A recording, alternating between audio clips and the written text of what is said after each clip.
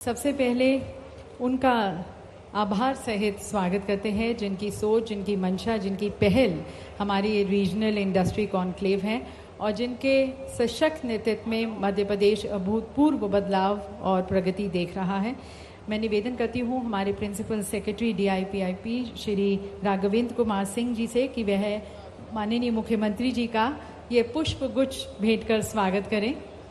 देवी सज्जनों, आप सभी से भी निवेदन है, एक बार आप सभी की तालियों के बीच और फूलों की इस चहकता और महकता के साथ हमारे नेता, हमारे मार्गदर्शक माननीय मुख्यमंत्री जी का स्वागत।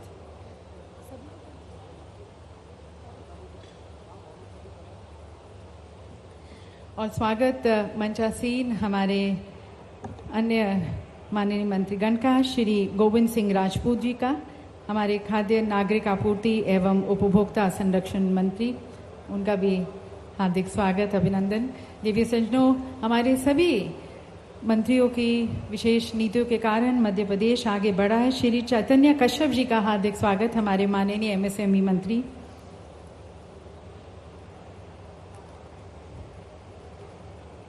श्री धर्मेंद्र भाव सिंह लोधी जी का, माननीय राज्य मंत्री स्वतंत्र प्रभार संस्कृति, पर्यटन, धार्मिक न्याय, धर्मस्व विभाग। श्री लाखन पटेल जी का, पशुपालन एवं डेयरी विभाग राज्य मंत्री स्वतंत्र प्रभार।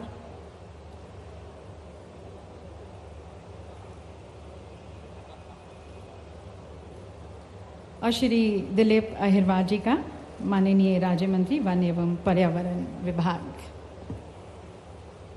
हमारे सेक्टोरल सेशंस में भी आप हमारे माननीय मंत्रीगण को सुनेंगे जो हमारे सरकार की नीतियां हैं।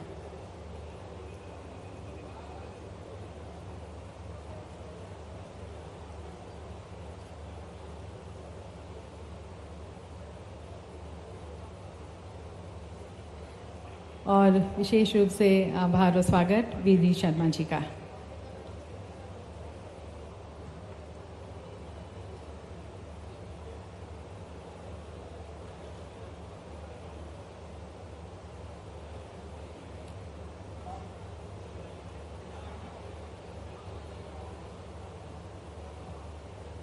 स्वागत श्री गोपाल भार्गव जी का।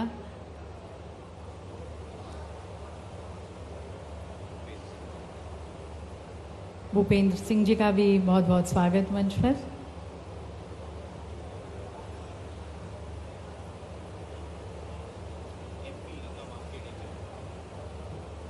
श्रीमती लता वानखेड़े जी का भी बहुत बहुत स्वागत।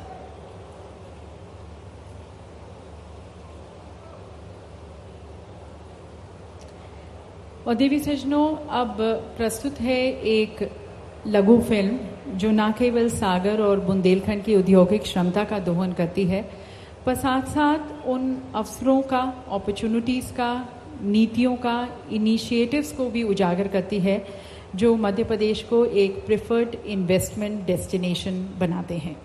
तो आइए देखते हैं ये लघु फिल्म।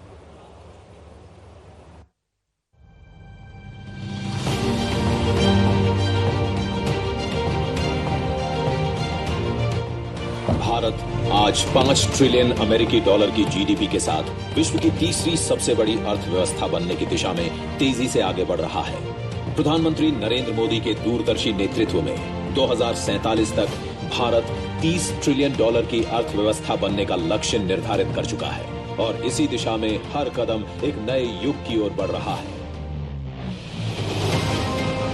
मध्य प्रदेश मुख्यमंत्री डॉक्टर मोहन यादव के कुशल नेतृत्व में इस राष्ट्र निर्माण के महाअभियान में अपना अभूतपूर्व योगदान दे रहा है। आज ये राज्य भारत के सबसे प्रगतिशील प्रदेशों में से एक है और निवेशकों के लिए अपार संभावनाओं के द्वार खोल रहा है। 112 से अधिक औद्योगिक क्षेत्र, 7 स्मार्ट सिटी, 14 प्रस्तावित greenfield industrial area Madhya Pradesh की औद्योगिक शक्ति को लगातार नया आयाम दे रहे हैं। यहाँ की औद्योगिक नीति उद्योगों के लिए लाभकारी वातावरण में व्यवसाय की राह को अत्यधिक आसान बना दिया है। सरप्लस पावर, प्रचुर जल संसाधन, विशाल लैंड बैंक, सुदृढ़ कानून व्यवस्था एवं नो मैंडेज लॉस जैसी अनूठी सुविधाएं मध्य प्रदेश को निवेश के लिए आदर्श बनाती हैं। प्रदेश का multi modal transport system, 5 lakh kilometre से भी अधिक सड़कों का व्यापक नेटवर्क, रेल नेटवर्क प्रदेश को देश के प्रमुख व्यापारिक केंद्रों से जोड़ता है। 5 प्रमुख एयरपोर्ट भोपाल, ग्वालियर, इंदौर, खजुराहो और जबलपुर नए व्यापारिक अवसरों को नई ऊंचाइयों पर ले जा रहे हैं। मध्य प्रदेश को भारत का दिल कहा जाता है। यहाँ के 2 ज्योतिर्लिंग, 3 यूनेस्को विश्व धरोहर स्थल और 12 नेशनल पार्क लाखों पर्यटकों को आकर्षित करते हैं। मध्य प्रदेश को देश का फूड बास्केट भी कहा जाता है। कृषि, डेयरी, खाद्य प्रसंस्करण, फार्मा, मेडिकल डिवाइस और पेट्रोकेमिकल्स के क्षेत्रों में भी ये राज्य अग्रणी भूमिका निभा रहा है। साथ ही नवीकरणीय ऊर्जा के क्षेत्र एवं डिजिटल युग के साथ कदम ताल करते हुए आईटी के क्षेत्र में प्रदेश नई ऊंचाइयां छू रहा है।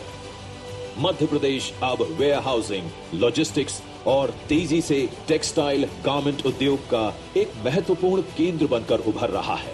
PM Mitra textile park, footwear park, IT parks इत्यादि औद्योगिक पार्क एवं हब्स आकार ले रहे हैं। कौशल विकास और उच्च शिक्षा के नवाचारों ने यहाँ एक उत्कृष्ट मानव संसाधन तैयार किया है जो राज्य के विकास की नींव है। आज मध्य प्रदेश देश का एक प्रमुख औद्योगिक केंद्र बन चुका है। उद्योग के लिए अनुकूल नीतियां, सिंगल विंडो क्लियरेंस और पारदर्शी कार्य प्रणाली ने इसे निवेश के लिए एक आकर्षक और सुरक्षित स्थान बना दिया है। प्रदेश में संतुलित और समान विकास की दिशा में कदम बढ़ाने के उद्देश्य से माननीय मुख्यमंत्री डॉक्टर मोहन यादव की अभिनव पहल पर उज्जैन, जबलपुर, ग्वालियर, सागर एवं रीवा में आयोजित रीजनल इंडस्ट्री कॉन्क्लेव एवं भारत के प्रमुख शहरों में प्रदेश में निवेश की संभावनाओं एवं नए रोजगार सृजन हेतु इंटरैक्टिव सत्र इस विकास यात्रा को और गति दे रहे हैं। मध्य प्रदेश एक उज्जवल और समृद्ध भविष्य के लिए तैयार है। आइए 7 और 8 फरवरी को प्रदेश की राजधानी भोपाल में invest Madhya Pradesh global investors summit में मिलें और साथ मिलकर भविष्य के नए अवसरों के द्वार खोलें। विकसित भारत एवं विकसित मध्य प्रदेश में अपना सशक्त योगदान दें। तो देवी सज्जनों, विकसित भारत और विकसित मध्य प्रदेश की तरफ बढ़ते हुए माननीय मुख्यमंत्री जी ने वर्ष 2025 को उद्योग एवं रोजगार वर्ष घोषित किया है और इसे साकार करने हेतु मध्य प्रदेश शासन द्वारा ये कोशिश है कि आपके निवेश को, आपके उद्योगों को यहाँ पर आमंत्रित करते हुए एक इजी, ट्रांसपेरेंट, अकाउंटेबल और एक फैसिलिटेटिंग वातावरण आपको दिया जाए जिससे आपका निवेश यहाँ पर सुगम हो, सुविधाजनक हो और साथ साथ आपका निवेश यहाँ पर फायदे का सौदा भी हो। तो अब आपको विस्तृत जानकारी देते हैं हमारी निवेश नीतियों के बारे में और जो संभावनाएं हैं, जिन क्षेत्रों में संभावनाएं हैं आपके निवेश के प्रति। और इसके लिए मैं आमंत्रित करती हूँ हमारे principal secretary DIPIP Shri Raghavendra Kumar Singh ji को।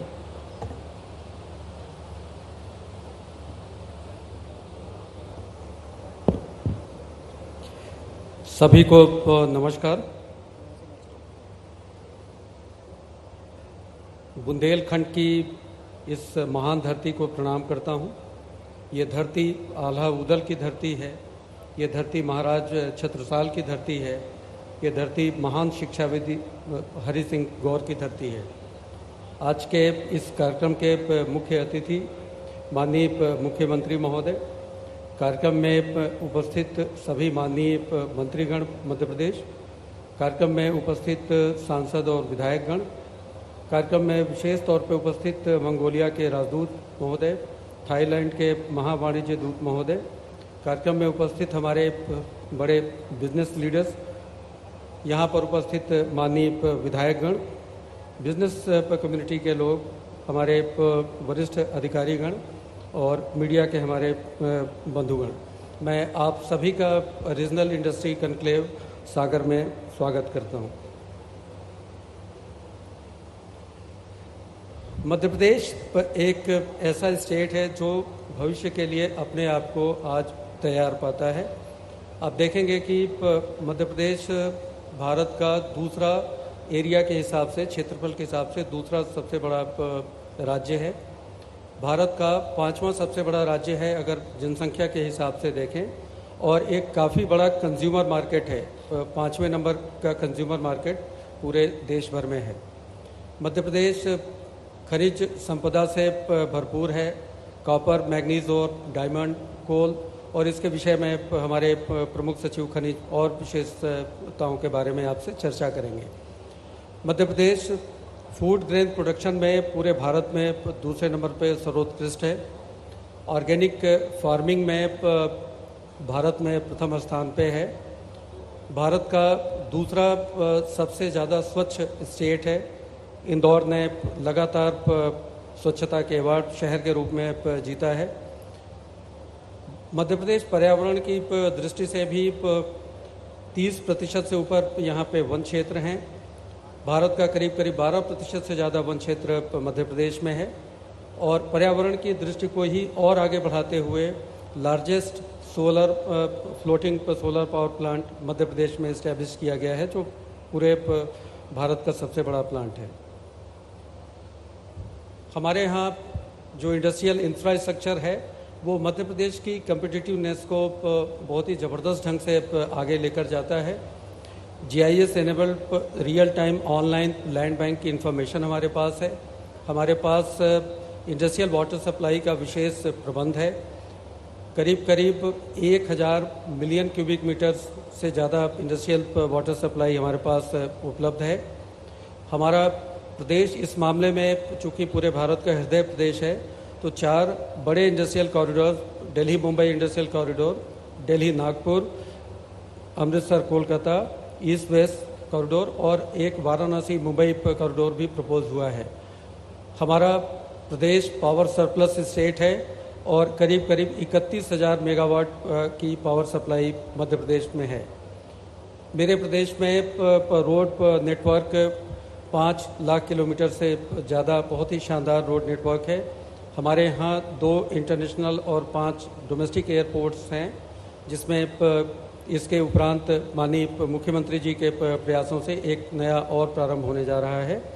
6 इनलैंड कंटेनर डिपोज हैं मध्य प्रदेश में। मध्य प्रदेश एक इन्वेस्टमेंट डेस्टिनेशन के रूप में प्रिफर्ड चॉइस इन्वेस्टर्स के बीच में कैसे हो सकता है, इस बात को यहाँ पे रेखांकित किया गया है। हमारा लैंड बैंक करीब 1,25,000 एकड़ से ज़्यादा है। हमारे यहाँ जो फैक्टर्स ऑफ प्रोडक्शन है, तो जो लागत लगती है वो कम लगती है, इसलिए रेट ऑफ रिटर्न किसी भी इन्वेस्टमेंट पे मध्य प्रदेश में बहुत अच्छा है। लैंड यूज का चेंज हमारे यहाँ ऑटोमेटिक है और फेसलेस म्यूटेशन का यहाँ पे सिस्टम है। मैं आप सभी को सूचित करना चाहूँगा कि माननीय मुख्यमंत्री जी के कर कमलों से साइबर तहसील का जो उद्घाटन हुआ और जिस तरह से हमने उस पर काम किया है, उससे ये चीज़ संभव हो पाई है कि अब अगर आप रजिस्ट्री कराते हैं तो ऑटोमेटिक आपका म्यूटेशन का कार्य प्रारंभ हो जाएगा। मध्य प्रदेश, जैसा मैंने बताया कि मिनरल्स में बहुत ही समृद्ध है। यहाँ पे लार्जेस्ट प्रोड्यूसर हम कॉपर के हैं, मैग्नीज के हैं, डायमंड केवल मध्य प्रदेश में है। हमारी पॉलिसीज़ बहुत ही ट्रांसपेरेंट हैं और 100 करोड़ से ऊपर के निवेश के लिए कस्टमाइज्ड पैकेज भी हम मध्य प्रदेश में प्रदान करते हैं। मध्य प्रदेश की चर्चा हो और एग्रीकल्चर की चर्चा ना हो, कृषि की चर्चा ना हो, फूड प्रोसेसिंग की चर्चा ना हो, तो बात अधूरी रह जाती है। मध्य प्रदेश चूँकि एक विशाल प्रदेश है, इसमें 11 एग्रो क्लाइमेटिक जोन्स हैं, जो कि एक वैरायटी ऑफ एग्रीकल्चर प्रोड्यूस मध्य प्रदेश में लेके आते हैं। मध्य प्रदेश लगातार विनर रहा है कृषि कर्मण अवार्ड का, 7 हमें अवार्ड मिले हैं। मध्य प्रदेश ऑरेंजेस के, टोमेटोज़ के, मसालों के, गार्लिक के, चना के और अलग अलग तरह की जो दालें हैं उनके प्रोडक्शन में पूरे भारत में पहले नंबर पे है। Soybean, wheat, Maaz, citrus fruits और अनियंस, इनके प्रोडक्शन में भारत में दूसरे नंबर पे है। मिलेट्स के प्रोडक्शन में भारत में 5वें नंबर पे है। और जैसा कि इस प्रेजेंटेशन की स्लाइड में दिखा रहे हैं हम लोग कि फूड प्रोसेसिंग सेक्टर का एक्सीलेंट इंफ्रास्ट्रक्चर मध्य प्रदेश में है। फूड क्लस्टर पार्क्स हमारे यहाँ हैं, स्पाइस पार्क हमारे यहाँ हैं, फूड पार्क निगरानी खरगोन में है, फूड पार्क नर्मदापुरम में, पिपरिया और बाबई में है, भिंड में है। पूरे मध्य प्रदेश में आप इस प्रेजेंटेशन में, इस स्लाइड में देखेंगे कि मध्य प्रदेश में एग्रीकल्चर और फूड प्रोसेसिंग को लेकर विशेष प्रयास किए जा रहे हैं। और इसमें कोई आश्चर्य नहीं है मित्रों कि इनकी वजह से ITC, Parle agro, Dabur craft, LT foods, Adani Wilmar और मॉन्डेलेस ने मध्य प्रदेश को चुना है अपने निवेश के लिए। Madhya Pradesh petrochemicals, natural gas और उससे जुड़ी हुई कंपनियों के लिए भी लगातार लोकप्रिय होता जा रहा है। हमारे यहाँ कोल बेड मीथेन, जिसके बारे में तफसील से हमारे माननीय प्रमुख सचिव खनिज बताएंगे, और गैस प्रोडक्शन विंध्यन रीजन में मिला है। हमारे यहाँ एथेनॉल के प्रोडक्शन के लिए सारा का सारा रॉ मटेरियल मौजूद है। हमारे यहाँ प्लास्टिक्स से जुड़ी हुई जो इंडस्ट्रीज़ हैं उनके लिए काफ़ी अपॉर्चुनिटीज़ हैं, और सेंट्रली लोकेटेड होने की वजह से हमारा कंज्यूमर मार्केट काफ़ी बड़ा है। हमारे यहाँ जो प्रोमिनेंट ब्रांड्स इन फील्ड में हैं, Bharat petroleum, Indian oil, Adani gas, think gas, gas authority of India limited, supreme, Reliance और सभी जो नाम यहाँ पे आप देख रहे हैं। मध्य प्रदेश की जो जर्नी माननीय मुख्यमंत्री महोदय के मार्गदर्शन में शुरू हुई है, मैं उसके बारे में यहाँ पे आपके समक्ष अपनी बात रखना चाहता हूँ।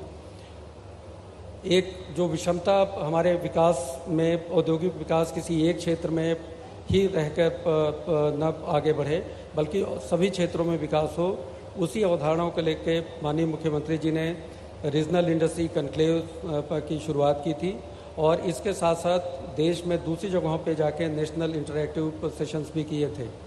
हमारे 4 regional industry interactive sessions Mumbai में, कोयम्बटूर में, बेंगलुरु में और कोलकाता में हुए, और 3 हमारे क्षेत्रीय इंडस्ट्री कॉन्क्लेव्स उज्जैन, जबलपुर, ग्वालियर, और चौथे आज हम लोग यहाँ पे सागर में मौजूद हैं। इन कार्यक्रमों में माननीय मुख्यमंत्री जी ने 150 से ज़्यादा 1-to-1 मीटिंग्स इंडस्ट्रियलिस्ट के साथ की है। इसमें 2,22,000 करोड़ के इंटेंशन टू इन्वेस्ट उनके प्रपोजल्स हमें मिले हैं। हमने 59 वर्चुअल इनाग्रेशंस किए हैं जो हमारे रीजनल इंडस्ट्री कॉन्क्लेव्स में हम लोगों ने किए हैं। 94 जगह पे हम लोगों ने भूमि पूजन किया है, और ये जो सारा कार्य हुआ है इसमें आगे भविष्य में करीब 2,73,000 एस्टिमेशन है एम्प्लॉयमेंट जनरेशन का। इस बीच में हम लोगों ने करीब 668 इंडस्ट्रियल इन्वेस्टमेंट के लिए जो इंडस्ट्रीज़ ने हमें आवेदन किए थे, उनके लैंड एलोकेशन के काम भी हो चुके हैं। मैं यहाँ एक बात और विशेष तौर पर शेयर करना चाहूँगा कि मध्य प्रदेश राज्य के द्वारा समेकित रूप से जो प्रयास किए गए, सभी पहलुओं पे जो विचार किए गए, उसकी वजह से अभी हाल में labour force survey ministry of statistics और प्रोग्राम इम्प्लीमेंटेशन के द्वारा किया गया, जिसमें कि मध्य प्रदेश अनएम्प्लॉयमेंट के दर के हिसाब से देखें तो रूरल अनएम्प्लॉयमेंट केवल 0.5% है, अर्बन अनएम्प्लॉयमेंट 2.8% है, और ओवरऑल अनएम्प्लॉयमेंट यहाँ पे 1% है। और ये पूरे देश में हम इस मामले में सबसे आगे उत्कृष्ट कार्य करने वाले स्टेट हैं। मध्य प्रदेश की जो पॉलिसी है, औद्योगिक नीति है, वो इंडस्ट्री फ्रेंडली है, और इसमें हमने ट्रांसपेरेंट सिस्टम बना रखा है। हम प्लांट और मशीनरी में जो आपका इन्वेस्टमेंट होगा उसके 40% तक हम आपको सपोर्ट करते हैं इन्वेस्टमेंट प्रमोशन असिस्टेंस के तौर पे। कैपिटल सब्सिडी में हम कुछ आपको गुणक मल्टीप्लायर्स देते हैं। अगर आप एम्प्लॉयमेंट जनरेशन में बहुत अच्छा कर रहे हैं तो हम लगभग 50% और एडिशनल सब्सिडी हम आपको दे सकते हैं। 20% की एडिशनल सब्सिडी अगर आप व्यापार एक्सपोर्ट्स में हैं तो हम आपको दे सकते हैं। एडिशनल सब्सिडी अगर आप कम औद्योगिक क्षेत्र वाले जगहों पे जाएंगे तो 20% की एडिशनल सब्सिडी वहाँ भी मिल सकती है। हम आपको पावर की सब्सिडी देते हैं, हम आपको इंफ्रास्ट्रक्चर डेवलपमेंट की सब्सिडी देते हैं, जिसमें कि ईटीपी, सीवरेज ट्रीटमेंट प्लांट और ज़ीरो लिक्विड डिस्चार्ज की बात है। कुछ विशेष क्षेत्रों के लिए हम लोग आपको और प्रोग्रेसिव होकर सब्सिडी देते हैं। जैसे फूड प्रोसेसिंग यूनिट के लिए हम एडिशनल 50% की कैपिटल सब्सिडी आपको मुहैया कराते हैं। हम टेक्सटाइल सेक्टर को और प्रमोट करने के लिए वहाँ पे हमने इंटरेस्ट सबवेंशन का प्रावधान रखा है, और एम्प्लॉयमेंट जनरेशन और ट्रेनिंग इंसेंटिव्स देते हैं हम गारमेंट इंडस्ट्री को। हमारी मध्य प्रदेश में सेक्टर स्पेसिफिक और जो पॉलिसीज़ हैं, और ख़ासकर हाई ग्रॉस वैल्यू एडिशन वाले सेक्टर्स में, जिसमें कि IT, ITS, ESDM, data centre, IT parks developers, इसके बारे में हमारे अतिरिक्त मुख्य सचिव संजय दुबे साहब और विस्तार से बताएंगे। जहां capital subsidy, power subsidy, employment subsidy और इंटरेस्ट सब्सिडी है। रिन्यूएबल एनर्जी सेक्टर में हमारे पास लैंड सब्सिडी, पावर सब्सिडी और दूसरी तरह के कंसेशनल रेट पे लैंड देने की व्हीलिंग चार्जेज वगैरह के बारे में छूट हम देते हैं। मध्य प्रदेश का जो लेबर का डायनेमिक्स है, श्रम से जुड़े हुए क्षेत्र में मध्य प्रदेश ने पूरे देश भर में बहुत ही शानदार नवाचार किया है। हम पूरे देश में पहले ऐसे राज्य हैं जहां पे लेबर केस मैनेजमेंट सिस्टम है। हमारे यहाँ 43% जनता वर्किंग एज पॉपुलेशन में है। हमारे यहाँ 0 मानव दिवस का नुकसान होता है लेबर के कारणों से, और बहुत ही शानदार वर्किंग इन्वायरमेंट है। हमारे यहाँ हमारी बहनें फीमेल वर्कर्स 24 घंटे 7 दिन काम बड़े आराम से कर सकती हैं। और सुधारों की दिशा में एक बहुत ही शानदार कदम उठाते हुए, जो अलग अलग तरह के मल्टीपल रजिस्टर्स और अलग अलग तरह के रिटर्न्स भरने पड़ते थे लेबर लॉज के तहत, उसको 16 से घटा के 1 कर दिया गया है।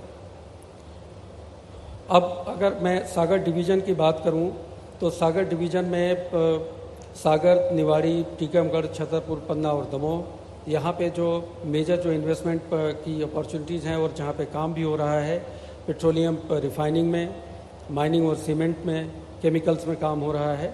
हमारे जो बड़े industrial players Bharat petroleum, JK cement, RSPL, Ostwal, Heidelberg cement और विंग्स यहाँ पे मौजूद हैं।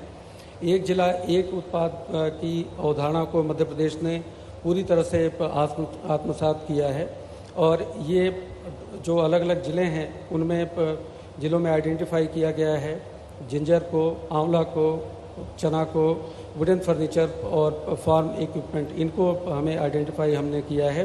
करीब 113 करोड़ का ODOP का एक्सपोर्ट 2023 में किया गया है। और जैसा कि इस क्षेत्र में मिनरल रिसोर्सेज और फूड ग्रेन प्रोडक्शन की असीम संभावनाएं हैं, तो उस विचार से निवेशकों को मैं अनुरोध करना चाहूँगा कि इस तरफ विशेष ध्यान दें।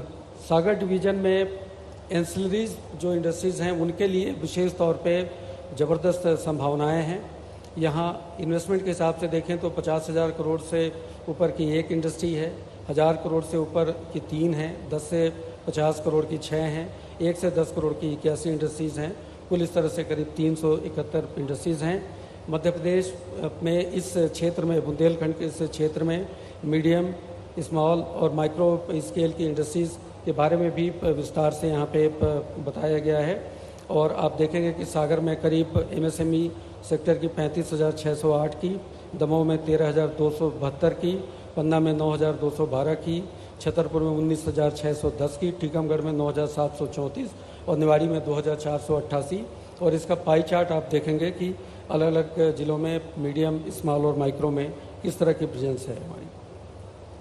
मध्य प्रदेश में भारत पेट्रोलियम के बड़े निवेश के बाद में प्लास्टिक और इसके लाइट सेक्टर्स में काफ़ी बड़ी संभावनाएं हैं, और मैं निवेशकों का ध्यान यहाँ पे आकृष्ट करना चाहूँगा। लीनियर लो डेंसिटी पॉलीएथिलीन का यहाँ पे प्रोडक्शन होना है। हाई डेंसिटी पॉलीएथिलीन, पॉलीप्रोपिलीन और एरोमेटिक्स, इनका यहाँ पे प्रोडक्शन होना है। और ये हमने इसमें मेंशन किया है कि ये कैरियर बैग्स में, फिर उसके बाद से कंटेनर्स में, वाटर और केमिकल स्टोरेज में, अलग अलग जगहों पे इनका डक्ट्स में, पाइप्स में, वुवन सैक्स के फाइबर्स में, बहुत तरह के इसके उपयोग, ऑटोमोबाइल पार्ट्स में, क्लीनिंग एजेंट्स में, बहुत बड़ी अपॉर्चुनिटी यहाँ इस क्षेत्र में है। मैं निवेशकों का ध्यान इस तरफ जरूर आकर्षित करना चाहूँगा। मैं अंत में यही कहना चाहूँगा कि 7 और 8 फरवरी 2025 का दिन जरूर ध्यान दें। और अंत में बस केवल एक बात मैं अपनी तरफ से कह के अपनी वाणी को विराम दूंगा। मध्य प्रदेश बेहतर है, विश्वसनीय भी है। मध्य प्रदेश शांति का टापू है, यहाँ पे सुकून है। आइए, आपका इंतज़ार है। Thank you very much. जय हिंद।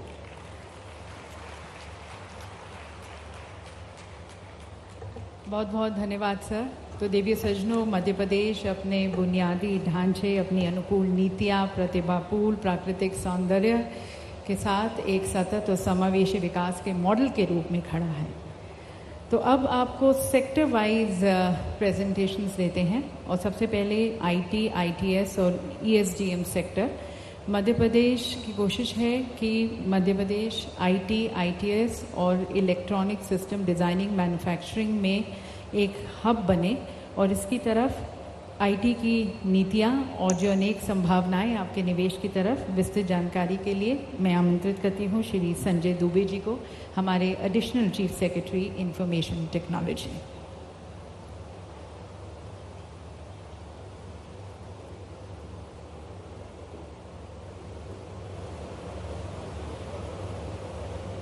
परम आदरणीय माननीय मुख्यमंत्री महोदय डॉक्टर मोहन यादव जी, मंचासीन माननीय मंत्रीगण, अतिथिगण, मंच के समक्ष विराजित अत्यंत प्रगतिशील अतिथिगण, बहनों और भाइयों, मैं आपके समक्ष मध्य प्रदेश में आईटी और आईटीएस से संबंधित जो विभिन्न योजनाएं हैं उनके बारे में अवगत कराना चाहता हूं।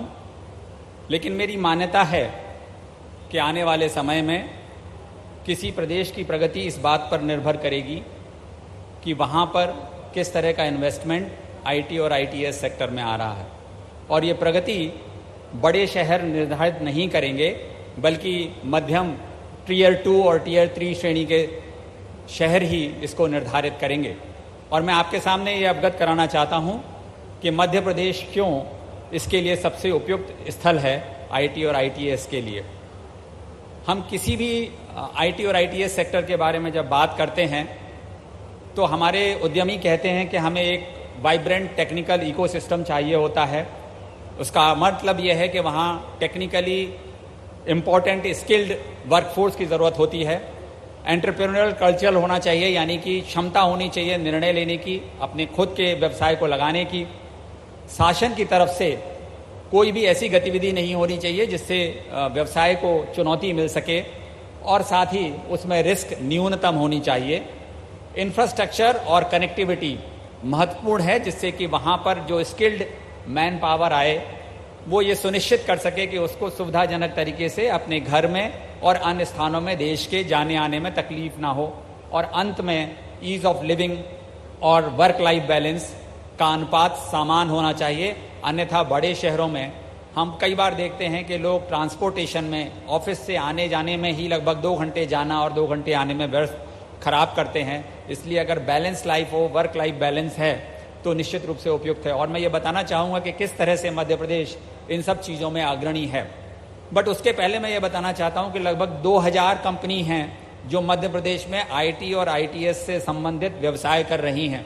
आपको ये जानकर आश्चर्य होना चाहिए, क्योंकि सामान्यतः हमारी ये धारणा और मान्यता है कि मध्य प्रदेश में आईटी से संबंधित इतना सारा व्यवसाय उपलब्ध नहीं है। उसमें से करीब 650 इंडस्ट्रीज ऐसी हैं आईटी आईटीएस की जिसको शासन ने विभिन्न योजनाओं के अंतर्गत लाभान्वित किया है, जो कि MPSEDC से रजिस्टर्ड हैं। यानी कि अभी भी बहुत सारी एजेंसीज हैं, बहुत सारे व्यवसाय हैं जो इसका लाभ शासन की नीतियों का ले सकते हैं। लगभग ये कंपनियां 10,000 करोड़ का व्यवसाय प्रतिवर्ष करती हैं, 10,000 करोड़ का। और अगर इसमें से देखें तो 50 सबसे बड़ी कंपनी जो देश में हैं वो सब मध्य प्रदेश में हैं। चाहे आप किसी भी बड़ी कंपनी का नाम ले लीजिए, वो इंदौर में, भोपाल में, जबलपुर में, ग्वालियर में, सागर में हैं।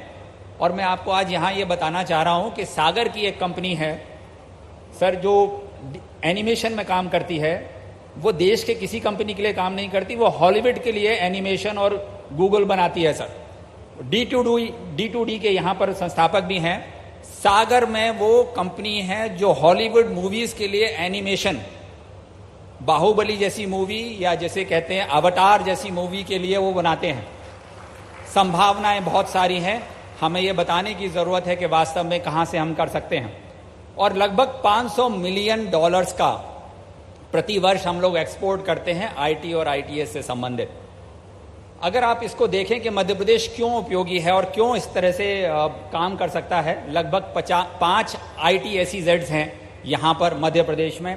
15 से ज़्यादा आईटी पार्क राज्य शासन के द्वारा बनाए गए हैं, जिसमें हम सुविधाएं सभी देते हैं। और उसके अतिरिक्त बहुत सारे ऐसे आईटी पार्क्स खुद व्यवसायियों द्वारा बनाए गए, जहां पर 5,000 से लेकर 50,000 और 2 लाख स्क्वायर फीट तक के पार्क्स बनाकर रखे गए हैं। लगभग 1.5 लाख का डायरेक्ट एम्प्लॉयमेंट है, इनडायरेक्ट एम्प्लॉयमेंट लगभग 3 लाख का है। और इसमें सभी मेजर आईटी कंपनीज हैं। टेक्निकली स्किल्ड मैन पावर की अगर हम बात करें तो 300 कॉलेजेस, इंजीनियरिंग कॉलेजेस हैं, जिसमें लगभग 50,000 ग्रेजुएट केवल आईटी और आईटीएस से संबंधित निकलते हैं, यानी कि वो क्षमता, वो उपलब्धता है जो यहाँ व्यवसायी चाहते हैं। और यहाँ पर बॉम्बे के अलावा इकलौता ऐसा प्रदेश है जहाँ पर एक ही शहर में आईटी और आईआईएम दोनों हैं। इंदौर में आईआईटी और आईआईएम है, ग्वालियर में ट्रिपल आईटीडीएम है, जबलपुर में ट्रिपल आईटीडीएम है, और ये केंद्र शासन की और राज्य शासन की एक संयुक्त माध्यम से आईटी से रिलेटेड बहुत अच्छी चीज़ है। सर, मैं यहाँ पर ये भी बताना चाहता हूँ कि ग्वालियर में एक स्टार्टअप है, एक छोटा सा बच्चा है जो स्टार्टअप है जिसने ड्रोन की मोटर बनाई है। ड्रोन की मोटर अभी इंपोर्ट होती है चाइना से, जिसकी कीमत करीब 12,000 रुपये है, और वो जो मोटर बनाई है वो केवल 1,500 रुपये में बना रहा है। हमारे यहाँ के उद्यमी बच्चे ने आईटीएम इंजीनियरिंग कॉलेज से निकले हुए वो ड्रोन मोटर, अनूप राठौर उनका नाम है, ग्वालियर में रहते हैं, स्टार्टअप चालू किया है।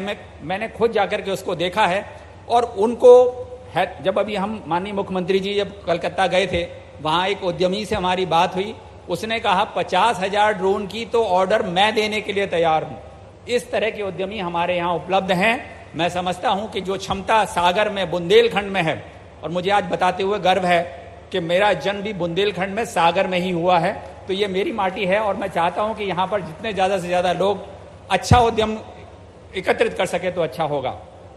आईटी और आईटीएस पॉलिसी है, एमपी स्टार्टअप पॉलिसी है, जिसके तहत हम बहुत सारे सुविधाएं देते हैं, और वो सुविधाएं क्या हैं वो भी मैं आपको बताने के लिए यहाँ पर उपस्थित हूँ। यहाँ पर रिस्क लगभग नगण्य है। लेबर लॉज, आपको जो 16 रजिस्टर रखने होते थे, अब केवल 1 रजिस्टर रखने की आवश्यकता है। आपके पास ये पूरी सुविधा है कि आप अपनी वेजेस, जो आपके उद्यमी आपके साथ काम कर रहे हैं, उसकी वेजेस आप डिफाइन करें उनकी क्षमता के अनुसार। यहाँ पर लगभग लेबर डिस्प्यूट्स नगण्य हैं, और सबसे अच्छी बात है कि एक स्टेबल गवर्नमेंट है। यहाँ पर आप सब हम जानते हैं, बहुत सारे लोग मध्य प्रदेश के निवासी हैं। इंदौर निरंतर क्लीनेस्ट सिटी 7 बार रहा है। मध्य प्रदेश की राजधानी भोपाल सेकंड क्लीनेस्ट सिटी है। पूरा प्रदेश सेकंड, ऐसे देश में एक प्रदेश के रूप में सेकंड स्टेज पर है स्वच्छता के मायने में, और सबसे ज़्यादा वायु और जल प्रदूषण नगण्य है। हम लगभग 1200 टेक्निकोलॉजी स्टार्टअप्स हैं जिन पर काम कर रहे हैं, जो बहुत सारे उद्यमी यहाँ पर उपलब्ध हैं। उसमें से 2 ऐसी कंपनीज हैं जो $1 बिलियन से ज़्यादा जिनका वैल्यूएशन हो गया है। 2 मध्य प्रदेश की ऐसी स्थापित कंपनियां हैं स्टार्टअप जिनका वैल्यूएशन $1 बिलियन से ज़्यादा, $1,000 करोड़ से ज़्यादा का वो है, और हम सुविधाएं देते हैं प्लग एंड प्ले की। अगर हम नीति की बात करें, आईटी आईटीएस नीति की बात करें, तो पहले ये माना जाता था कि आईटी एक है, लेकिन हम लोगों ने माननीय मुख्यमंत्री जी के नेतृत्व में नीति को इस तरह से निर्धारित किया है कि अब हर तरह के इंसेंटिव्स उपलब्ध हैं। जो फिस्कल इंसेंटिव्स हैं, उसके बाद नॉन फिस्कल इंसेंटिव्स हैं, डेवलपर्स को इंसेंटिव्स दिए हैं, रेंटल इंसेंटिव्स है, लैंड रिलेटेड बेनिफिट्स हैं, रजिस्ट्रेशन चार्जेस वेवर है, पूरी तरीके से वेव्ड ऑफ है, कैपेक्स और इंटरेस्ट सब्सिडी है, सर्टिफिकेशन पेटेंट के लिए व्यवस्थाएं हैं, और साथ ही साथ पावर इंसेंटिव्स हैं डेटा सेंटर्स के लिए। अगर मैं इसको संक्षेप में बताऊं तो हम लगभग 75% भूमि पर आपको रिबेट देते हैं, कोई रजिस्ट्रेशन चार्जेस नहीं होते हैं, इंटरेस्ट असिस्टेंस का लगभग 6% के आसपास देते हैं, और डिपेंड करता है किस तरह की इंडस्ट्री है। जैसे डेटा सेंटर अगर आपको लगाने हैं, और मैं ये बताते हुए मुझे खुशी है कि आने वाले समय में संभवतः मध्य प्रदेश में सागर में सबसे बड़ा देश का डेटा सेंटर आपके सामने होगा। यहाँ पर एक उद्यमी है, मिस्टर संधू जी यहाँ बैठे हैं, उन्होंने कहा है कि सागर सबसे मुफीद जगह है, सबसे उपयोगी जगह है जहाँ पर ये कार्रवाई की जाना संभव है। अगर आरओआई के पॉइंट ऑफ व्यू से देखें तो आप अगर आईटी इंडस्ट्री में जो सबसे ज़्यादा स्ट्रेटेजिकली लोकेटेड है वो है ग्रीन एनर्जी की उपलब्धता, यानी कि अगर आईटी आईटीएस इंडस्ट्री को एक्सपोर्ट्स के लिए ग्रीन एनर्जी की ज़रूरत पड़ती है तो वो राज्य शासन उपलब्ध करा रहा है और मुहैया करा रहा है। आप अगर सागर को केंद्र माने, और सागर का मतलब बुंदेलखंड क्षेत्र को केंद्र माने, और अगर 500 किलोमीटर का एरिया का एक सर्कल ड्रॉ करेंगे तो आप देश की लगभग आधी आबादी को कवर करते हैं केवल 500 किलोमीटर में, और अगर 800 किलोमीटर में करते हैं तो आप 3/4 से ज़्यादा की आबादी कवर करते हैं। यानी कि आप 10 घंटे के अंदर ओवरनाइट ट्रैवल करके आप देश के किसी भी कोने में सागर से पहुंच सकते हैं। ये उपलब्धता किसी और प्रदेश के द्वारा नहीं दी जाती है। आप अगर दूसरे दृष्टिकोण से देखें, जो आईटी और आईटीएस इंडस्ट्री के लिए ज़रूरी है, डेटा सेंटर के लिए ज़रूरी है, वहाँ पर यहाँ पर मध्य प्रदेश भगवान की धरा से, यहाँ पर अर्थक्वेक नहीं आते हैं, यहाँ पर फ्लड्स नहीं होते हैं, यहाँ पर साइक्लोन नहीं होते हैं। इसलिए नेचुरल डिजास्टर के दृष्टिकोण से डेटा सेंटर और डेटा रिकवरी सेंटर के लिए मध्य प्रदेश सबसे अच्छी और उच्च जगह मानी जाती है। और इसी कारण से वे फॉरवर्ड में अगर हम देखें तो हम देखेंगे कि आईटी आईटीएस इंडस्ट्री के लिए, बीपीओस के लिए, सेंटर्स के लिए बुंदेलखंड और सागर बहुत महत्वपूर्ण है। यहाँ पर डॉक्टर हरि सिंह गौड़ विश्वविद्यालय जो सबसे प्राचीनतम विश्वविद्यालयों में से एक है, बुंदेलखंड यूनिवर्सिटी है, बहुत सारे और ऐसे, जैसा मैंने बताया कि बहुत सारे ऑडियो विजुअल, इसके साथ में एनिमेशन, गेमिंग की बहुत सारी इंडस्ट्री यहाँ पर काम कर रही हैं। बहुत लोगों की रुचि भी है और कोशिश यही है कि लगभग 90 से ज़्यादा जो हायर एजुकेशन इंस्टीट्यूट हैं उनके माध्यम से हम लोगों को सुविधा कर सकें। अगर हम ध्यान दें ईएसडीएम के दृष्टिकोण से, तो डिफेंस कॉरिडोर के हम बहुत नज़दीक हैं, लगभग हम वहीं पर हैं जहां डिफेंस कॉरिडोर है। और डिफेंस में पीसीबी, चिप्स और इन सब का निर्माण का बहुत बड़ा उपयोग झांसी, आगरा के बीच में और उधर महोबा और चित्रकूट के पास में है। तो ये एक क्रक्स और ये एपी सेंटर है जिसके माध्यम से हम ईएसडीएम इंडस्ट्री को बढ़ावा दे सकते हैं। डेटा सेंटर के लिए जैसा मैंने बताया, ये बहुत ही उपयोगी जगह है। हम यहाँ पर बहुत सारी ज़मीन उपलब्ध है, राज्य शासन के पास रिलायबल पावर उपलब्ध है, सिस्मिकली बड़ा ही स्टेबल स्थान है। और इसलिए मैं समझता हूँ कि सागर में माननीय मुख्यमंत्री जी ने जो ये यहाँ पर इन्वेस्टर समिट की है, ये आपके लिए आह्वान है कि आप आएँ, आईटी, आईटीएस और ईएसडीएम सेक्टर में अपना योगदान दें। और सागर में जो छोटे स्टार्टअप्स हैं उनके स्थापित करने के लिए सागर की स्मार्ट सिटी ने ये सुविधा उपलब्ध कराई हुई है। स्टार्टअप पार्क दिया हुआ है जहां पर आपको बहुत ही न्यूनतम दरों पर सारी सुविधाएं उपलब्ध हैं। तो मैं आप सबसे आग्रह करना चाहता हूं, जो लोग भी यहाँ पर हैं, जो इन्वेस्टर्स यहाँ पर हैं, वो सागर के बारे में, सागर के आसपास के क्षेत्र के बारे में बहुत संजीदगी से विचार करें और देखें कि वास्तव में यहाँ पर जो सुविधाएं उपलब्ध राज्य शासन करा रहा है उसके माध्यम से आप अपना विकास और देश का विकास कैसे कर सकते हैं। बहुत बहुत धन्यवाद।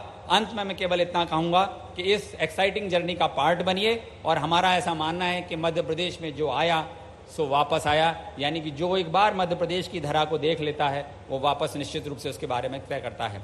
बहुत बहुत धन्यवाद। जय हिंद। बहुत बहुत धन्यवाद सर।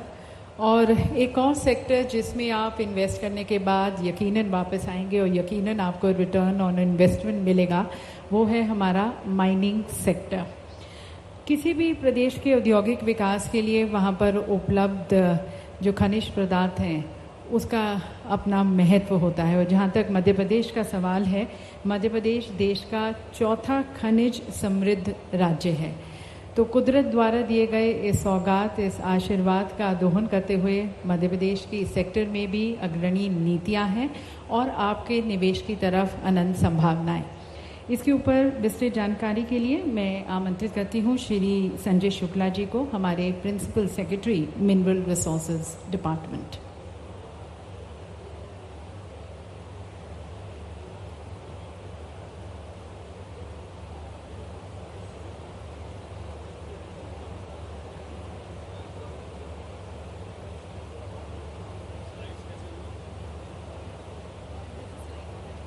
इससे भी हो जाएंगे ना, ठीक है, इससे भी हो जाएंगे।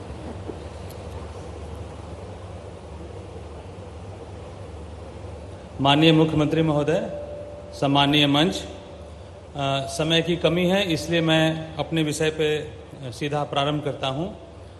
जैसा कि आप सभी जानते हैं, सागर और इसके आसपास के ज़िलों में और पूरे प्रदेश में खनन के क्षेत्र में, माइनिंग के क्षेत्र में अपार संभावनाएं हैं। आप इनसे परिचित भी हैं, फिर भी मैं आपके ध्यान में लाना चाहूँगा क्योंकि कई हमारे मेहमान पहली बार आए हैं या उन्हें इसकी पूरी जानकारी नहीं है, इसलिए मैं इस प्रेजेंटेशन के माध्यम से आपके ध्यान में इसको लाना चाहूँगा। तो हम संक्षेप में मध्य प्रदेश की जो स्थिति है राष्ट्रीय माइनिंग के क्षेत्र में, उसके बारे में थोड़ी बात करेंगे। अलग अलग क्षेत्रों में क्या क्या हमारे खनिज पदार्थ हैं उनके बारे में हम बात करेंगे और किस प्रकार इसमें निवेश की, रोजगार की और विकास की संभावनाएं हैं उसके बारे में बात करेंगे। कोयले में हम पूरे देश का 8% कोयला हमारे पास है और लगभग 16% हम कोयले का उत्पादन कर रहे हैं। लाइमस्टोन है जिससे सीमेंट बनता है, उसमें देश के 9% लगभग 10वां हिस्सा हमारे पास है और 15% का हम उत्पादन कर रहे हैं अभी। आयरन ओर हमारे पास थोड़ा कम है, लेकिन उसमें भी हमारी जो उपलब्धता है हम उसका पूरा दोहन कर रहे हैं। पर इसके बाद जो 2-3 और बहुत ही क्रिटिकल मेटल हैं, कॉपर, मैंगनीज, बॉक्साइट, इसमें हम देश में बहुत ऊपर हैं। और हम देखेंगे कॉपर में पूरे देश का 3/4 कॉपर हमारे पास है, 73%, और उसमें हम 66% हमारा योगदान है देश के उत्पादन में। मैंगनीज में हम 1/4 मैंगनीज देश का हमारे पास है और उसमें भी लगभग 1/3 उत्पादन भी हम लोग कर रहे हैं। इसी प्रकार जो रॉक फॉस्फेट है जिससे फर्टिलाइजर खाद बनता है, उसमें हम देश का 29% हमारे पास भंडार है और 26% हम उत्पादन कर रहे हैं। अगर हम राष्ट्रीय स्तर पर देखें तो कॉपर, मैंगनीज और डायमंड, हम जहां बैठे हैं यहाँ से पास में पन्ना है और पन्ना के आसपास के क्षेत्र में डायमंड की बहुत संभावनाएं हैं। धीरे धीरे उनकी जानकारी आ रही है। इनमें हम देश में नंबर 1 हैं, रॉक फॉस्फेट में हम नंबर 2 हैं और लाइमस्टोन में हम नंबर 3 हैं। इसके अलावा कुछ ऐसे पदार्थ होते हैं जो राष्ट्रीय रणनीतिक सुरक्षा के लिए और बहुत ही क्रिटिकल जो उत्पाद होते हैं उनमें लगते हैं, जैसे मॉलिब्डेनम है, रेयर अर्थ मेटल हैं, इनमें भी हम देश में अच्छा स्थान रखते हैं। अब इसको हम, चूंकि हमारा राज्य बहुत बड़ा है, लगभग 3 लाख वर्ग किलोमीटर में फैला हमारा राज्य है, तो इसमें हम अलग अलग क्षेत्र में देखेंगे तो पश्चिम में हमारे झाबुआ और अलीराजपुर से लेकर जहां रॉक फॉस्फेट है, डोलोमाइट है, लाइमस्टोन है, ग्रेफाइट है, फिर हम उससे और आगे आते हैं तो नीमच है, धार है, यहाँ भी काफ़ी हमारे पास लाइमस्टोन है। हम अगर महाराष्ट्र बॉर्डर पे देखें तो बैतूल, छिंदवाड़ा, बालाघाट में कोयला है, graphite, granite, lead, manganese, limestone, bauxite, ये सब पदार्थ हैं। और पूर्वी क्षेत्र में जो हमारे ज़िले हैं, जबलपुर, कटनी, शहडोल, अनूपपुर, उमरिया, इन सब में हमारे पास कोयला है, कोल बेड मिथेन है, बॉक्साइट है, अन्य पदार्थ हैं।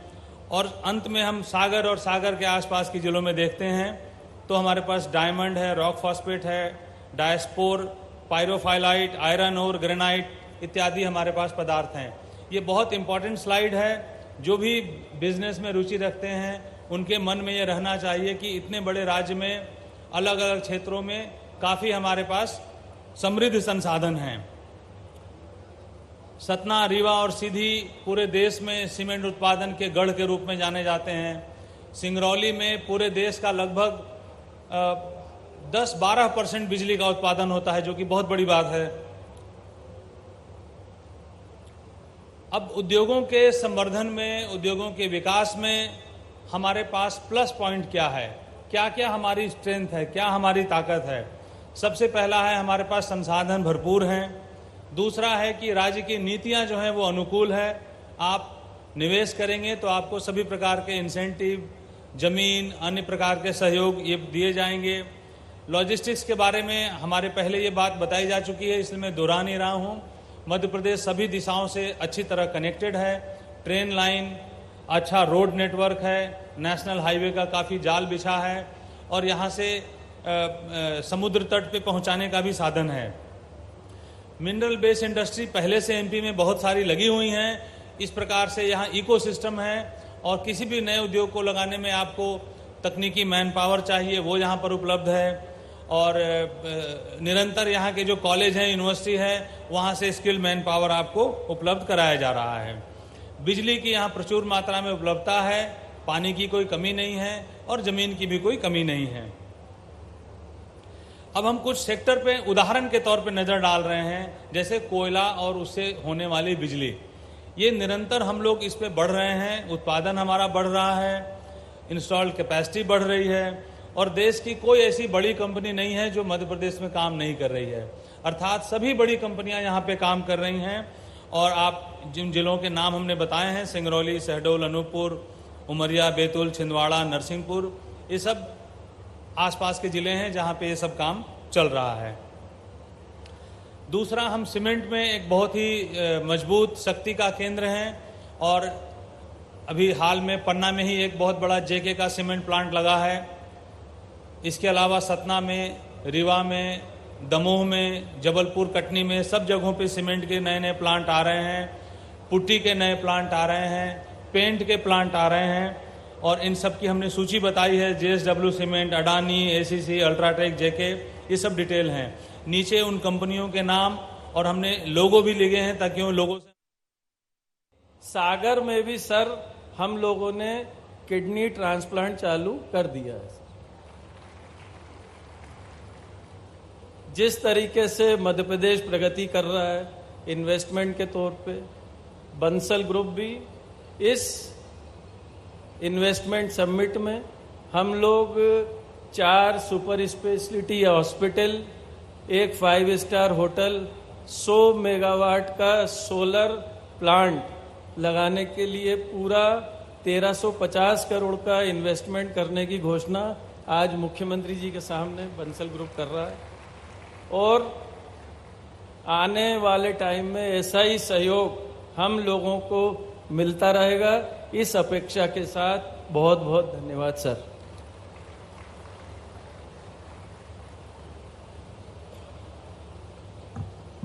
बहुत बहुत धन्यवाद सर अपने अनुभवों को हमारे साथ साझा करने के लिए। और अब आमंत्रित हैं मैनेजिंग डायरेक्टर मध्य भारत एग्रो प्रोडक्ट्स के, मध्य भारत एग्रो प्रोडक्ट्स जो कि ओसवाल ग्रुप का हिस्सा है और उर्वरक और रसायन निर्माण के व्यवसाय में है। इनका प्लांट ग्राम सोराई तहसील बांदा में है। तो श्री पंकज ओसवाल जी को मैं आमंत्रित करती हूँ।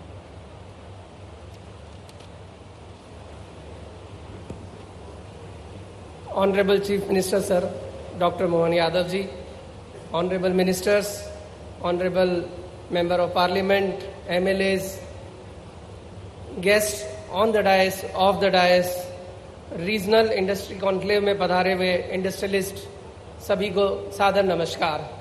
It is my pleasure to welcome you all in Sagar. Bharat की एवं MP की अर्थव्यवस्था निरंतर तेजी से आगे बढ़ रही है।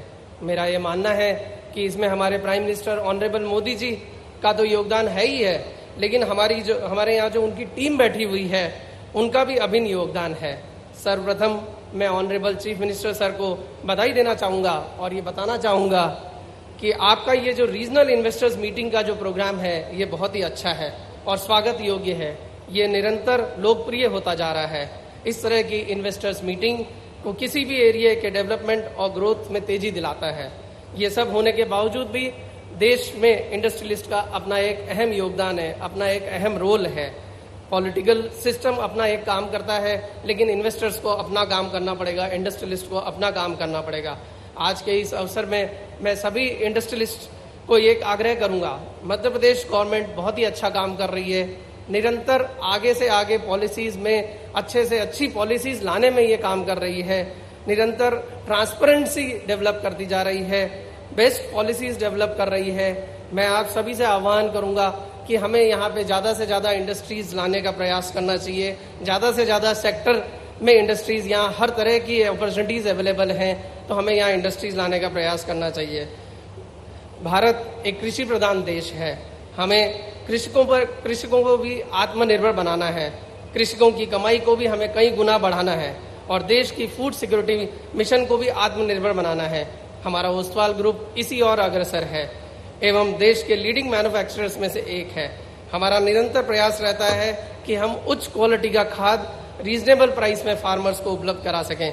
ओसवाल ग्रुप ने भी मध्य प्रदेश में लगभग 2000 करोड़ से ज़्यादा का इन्वेस्टमेंट कर रखा है।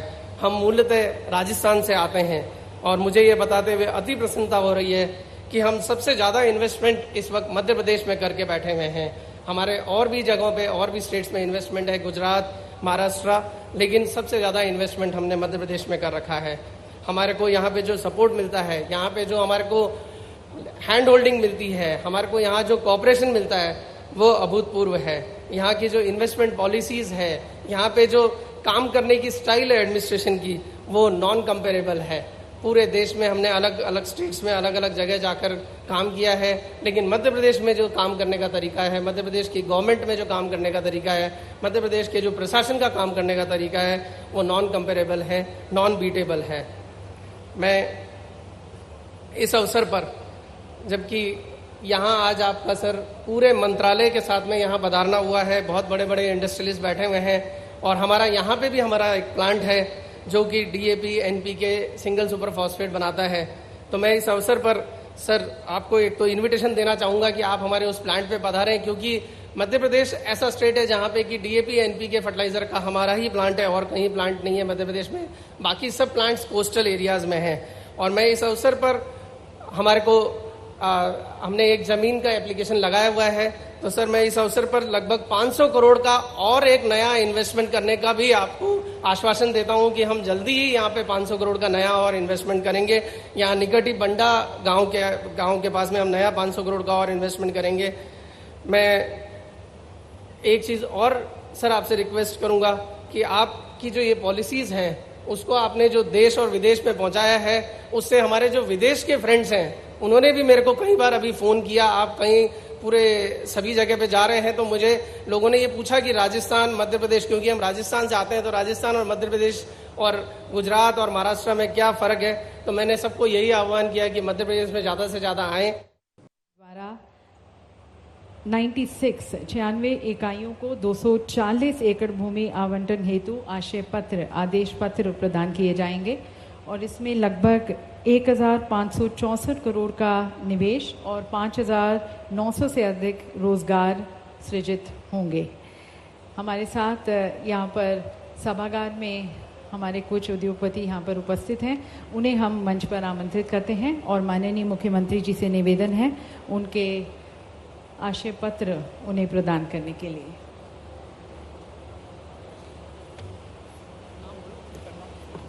सबसे पहले क्षेत्रीय कार्यालय इंदौर से मेसर्स भदौरा इंडस्ट्रीज लिमिटेड, यहाँ से श्री शशांक भदौरा जी, उन्हें मंच पर आमंत्रित करते हैं। इनके द्वारा जिला खरगोन में PVC cable, XLPI cable, power cable का प्लांट लगाया जा रहा है 106 करोड़ की लागत का, जिससे 351 लोगों को रोजगार मिलेगा।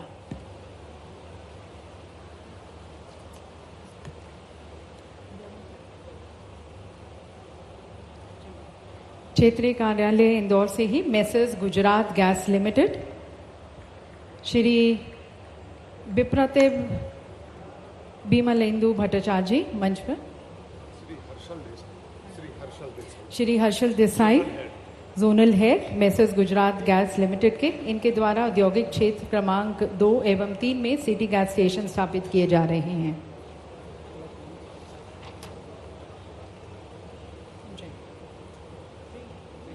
और अब उज्जैन क्षेत्रीय कार्यालय से मेसर्स सिंगसा Medicare private limited, Shri Vishwajeet Singh ji हमारे साथ मंच पर, hospital beds, LED OT lights की तरफ 1 करोड़ का निवेश और लगभग 15 लोगों को ये रोजगार प्रदान करेंगे।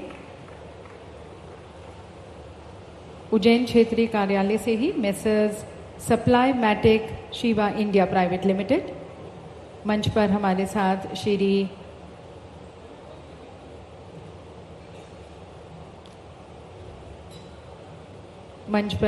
Hakimuddin Hussain ji, Messrs Supplymatic Shiva India private limited के एंजाइमेटिक डिसइंफेक्टेंट्स का 25 करोड़ की लागत का ये प्लांट लगाने जा रहे हैं, 110 लोगों को रोजगार प्रदान करेंगे। सागर जिला से अब सिंध गोवा तहसील व जिला सागर की 13,552 हेक्टेयर भूमि पर अपने फर्नीचर क्लस्टर विकास हेतु 10 इकाइयों को आज यहाँ पर आशय पत्र प्रदान किया जा रहा है। इनके SPV के संचालक श्री दिनेश भाई पटेल।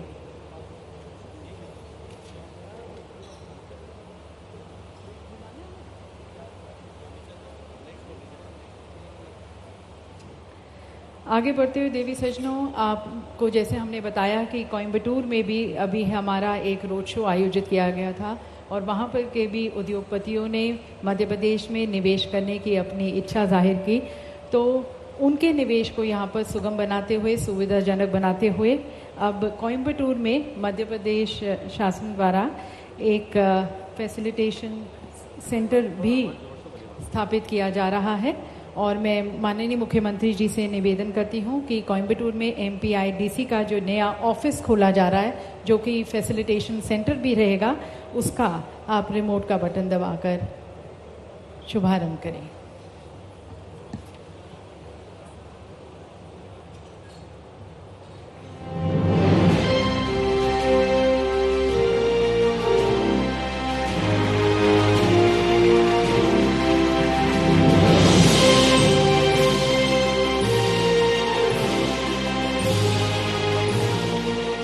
कोयंबटूर अपने इंजीनियरिंग और टेक्सटाइल्स के लिए जाना चाहता है और वहाँ के निवेशकों के लिए फैसिलिटेशन सेंटर उन्हें निवेश के लिए सुगम और सुविधाजनक फैसिलिटीज़ प्रदान करेगा। और अब देवी सज्जनों, विशेष रूप से सागर के हरित और सतत विकास की दिशा में, स्वच्छ और स्वस्थ सागर की दिशा में माननीय मुख्यमंत्री जी की गरिमामयी उपस्थिति में एक समझौता ज्ञापन का यहाँ पर आदान प्रदान किया जाएगा MPIDC और सागर म्यूनिसिपल कॉरपोरेशन के बीच। MPIDC की तरफ से मैं आमंत्रित करती हूँ ED MPIDC सागर श्री विशाल सिंह जी को और सागर म्यूनिसिपल कॉरपोरेशन से कमिश्नर श्री राजकुमार खत्री जी। इस MOU के अंतर्गत SMC MPIDC द्वारा विकसित की जाने वाली पाइपलाइन विस्तार के माध्यम से 45 MLD सुएज ट्रीटमेंट प्लांट से ट्रीटेड पानी को रिसाइकल्ड वाटर को MPIDC RO सागर को देगा और इस पानी की आपूर्ति औद्योगिक उद्देश्यों के लिए की जाएगी। और देवी सज्जनों, जैसे कि आपको पहले बताया गया कि कल एक हैकाथॉन भी आयोजित की गई थी नए विचारों को आमंत्रित करते हुए। इसकी तरफ ये हैकाथॉन बुंदेलखंड में नए विचारों और उद्यमशीलता को बढ़ावा देने के लिए आयोजित की गई थी, जिसमें हमें 600 से ज़्यादा स्टार्टअप से भेजी गई थी प्रविष्टियाँ और 60 लोगों को फाइनल में यहाँ पर आकर उन्होंने अपनी जो टेक्नोलॉजीज़ हैं, इनोवेशंस को हमारे साथ साझा किया और उनकी तरफ जो विजेता हैं अब उन्हें सम्मानित किया जाएगा। मैं माननीय मुख्यमंत्री जी से पुनः निवेदन करती हूँ कि आप विजेताओं को सम्मानित करें और बॉटम्स अप का अप्रोच लेते हुए सबसे पहले तृतीय पुरस्कार के लिए सम्मानित किया जाता है निम्बस गेमिंग को।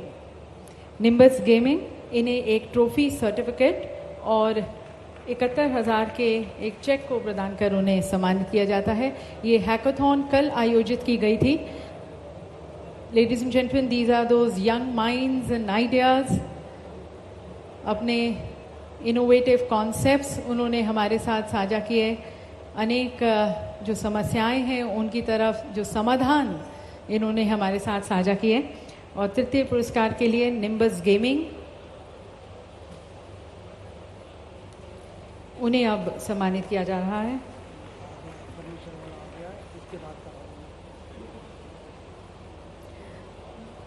देवी सज्जनों, आप सभी की जोरदार तालियां इन्हें और प्रोत्साहित करेंगी। द्वितीय पुरस्कार से सम्मानित किया जाता है सेवा हब को।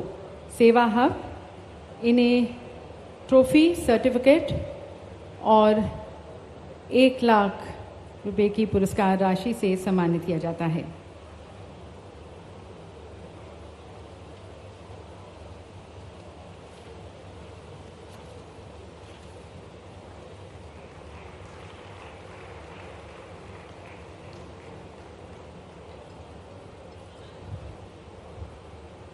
और अब और जोरदार तालियां होनी चाहिए क्योंकि प्रथम पुरस्कार विजेता यहाँ पर हमारे साथ मंच पर बॉम्बू वर्ल्ड जिन्हें 1,51,000 की पुरस्कार राशि से साथ साथ एक ट्रॉफी और सर्टिफिकेट प्रदान की जा रही है।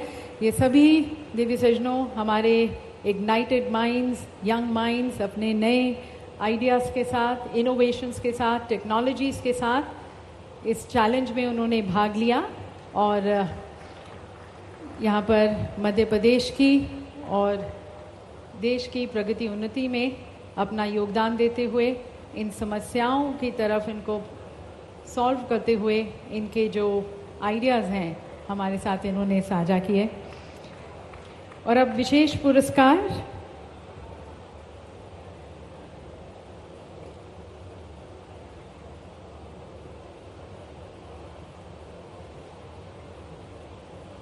ये हैकाथॉन हमारी कल हमने इसकी तरफ जो फाइनलिस्ट थे उनका ये कंपटीशन हुआ।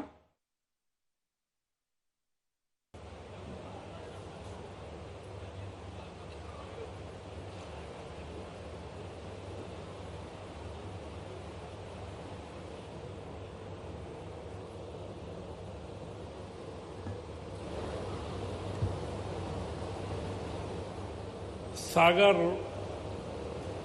इंडस्ट्रियल समिट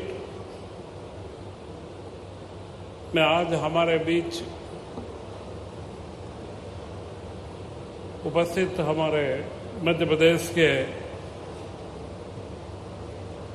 दूरदृष्टा युवा मुख्यमंत्री डॉक्टर मोहन यादव जी,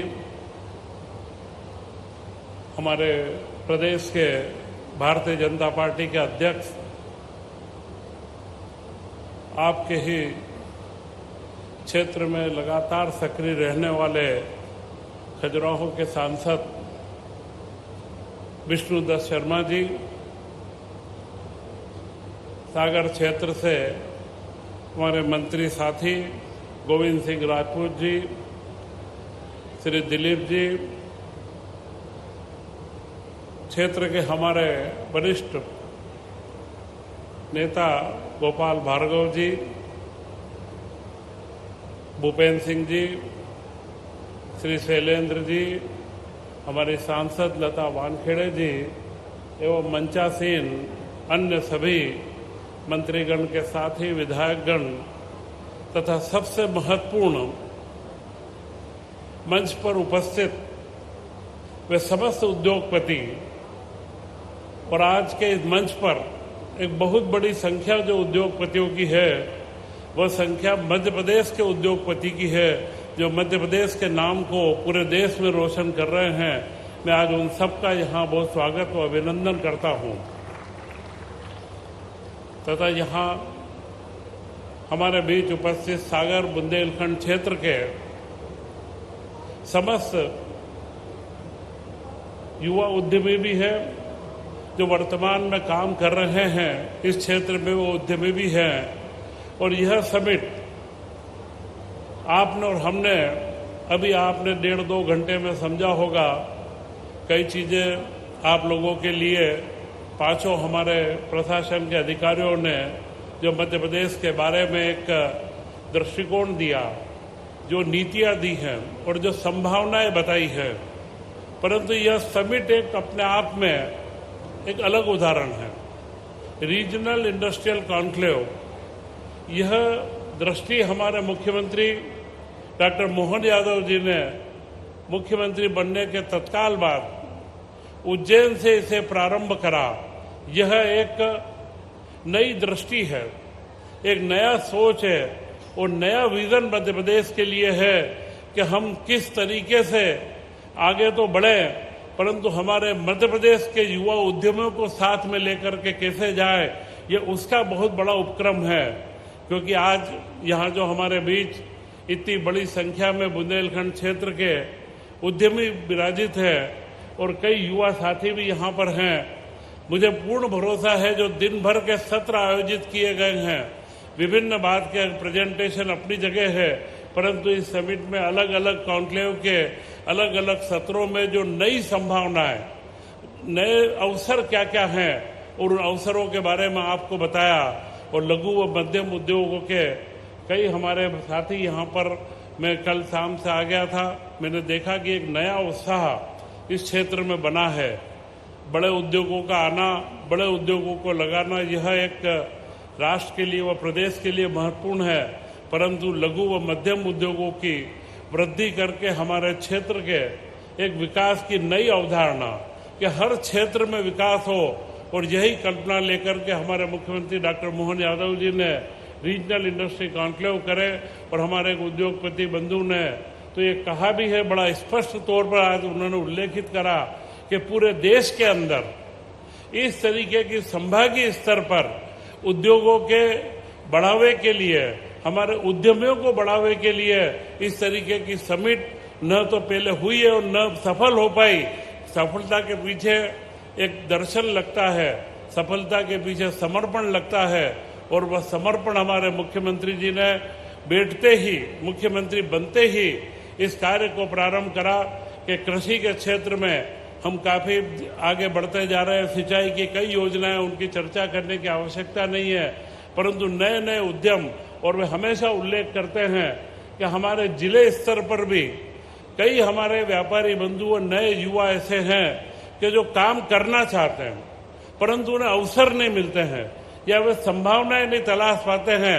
और उन्होंने तब से निर्देशित करा है कि हम जिलों के अंदर जाएं और हर जिले के अंदर नई संभावनाओं को निकालें और उन संभावनाओं को बढ़ाते हुए वहां के उद्यमियों को प्रेरित करें, क्योंकि जब स्थानीय उद्यमी प्रेरित होता है तो हमारे स्थानीय रोजगार के अवसर बढ़ते हैं और एक विकास का पूरा क्रम, हमारा आर्थिक विकास का क्रम बनता है। आज का यह सागर का रीजनल इंडस्ट्री कॉन्क्लेव अपनी सफलता की ओर है और इस अवसर पर मैं यही कहूँगा कि एमएसएमई विभाग या लघु उद्योग के अंदर पारदर्शिता के कई मापदंड हमने स्थापित करे हैं। जमीनों के बारे में, सब्सिडी के बारे में एक ही बात का उल्लेख मैं करूंगा कि मध्य प्रदेश में जो एमएसएमई में 40% की सब्सिडी है और खाद्य व अन्य कुछ क्षेत्रों के अंदर वो 55 से 60% है। ये पूरे देश के अंदर उच्चतम स्तर पर सब्सिडी मध्य प्रदेश में दी जा रही है और आप लोग उसका लाभ लें। और उसके लिए जमीनों की उपलब्धि सिर्फ सागर के संभाग के क्षेत्र में अगले 6 माह में हम 4 औद्योगिक क्षेत्रों को प्रारंभ करने वाले हैं। उनके माध्यम से 500 से 550 यूनिटों को लगातार जमीन उपलब्ध होगी और नए उद्यमी हमारे आगे आएंगे। अभी हमारे यहाँ के फर्नीचर क्लस्टर की कई लंबे समय से चर्चा हो रही थी, उसके सारे व्यवधान हटा करके आज उसका लेटर ऑफ इंटेंट दिया है कि कल से ही वह कार्य प्रारंभ करे। और सागर के हमारे सारे समुदाय के लकड़ी के व्यापारियों ने फर्नीचर के लिए उत्पादन का प्रण लेकर के उस कार्य को आगे बढ़ाया है।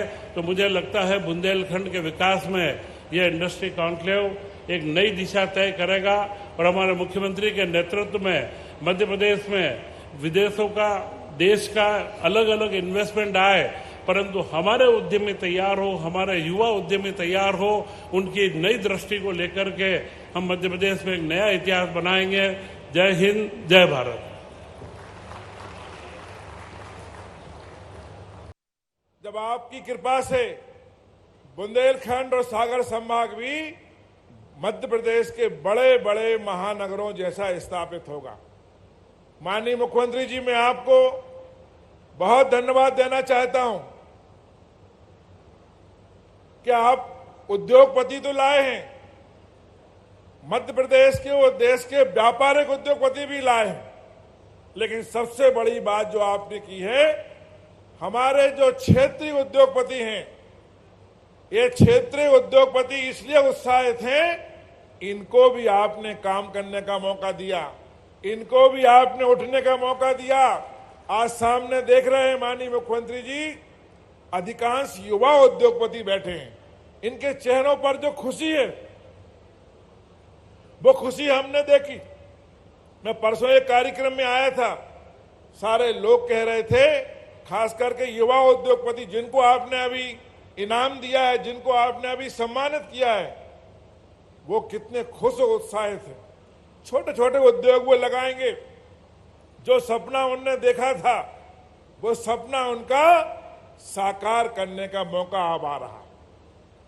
माननीय मुख्यमंत्री जी, आपने एक बार गाड़ी में हम लोगों से कहा था, अचानक मुख्यमंत्री जी ने पूछा कि सागर में बीड़ी उद्योग के क्या हाल है। देखिए, ये आपकी चिंता, बीड़ी उद्योग 100 साल पुराना है।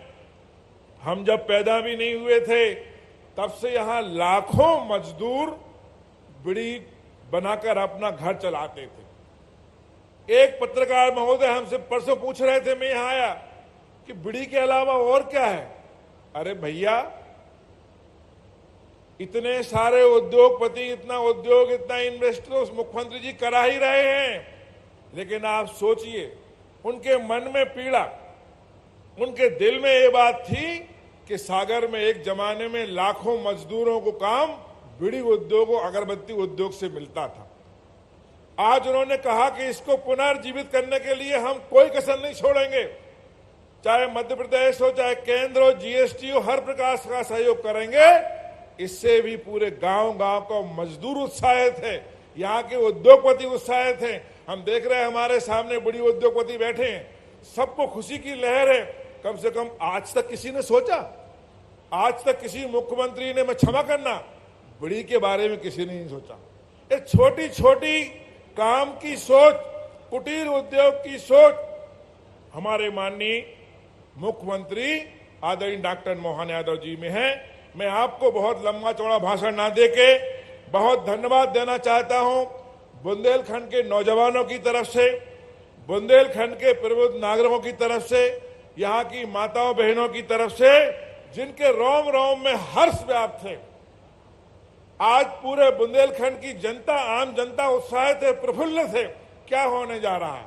हम सबको विश्वास है कि आपका एक कदम जो खास करके संभागीय स्तरों पर, मैं अभी बैठा था, हमारे बाजू में पंकज ओसवाल जी बैठे हैं, जेबी भाई हमारे मित्र बैठे हैं, सभी लोग कह रहे थे कि राजस्थान, मैं किसी प्रदेश की बुराई नहीं कर रहा हूं, पर वो कह रहे थे कि मध्य प्रदेश में बहुत अवसर हैं।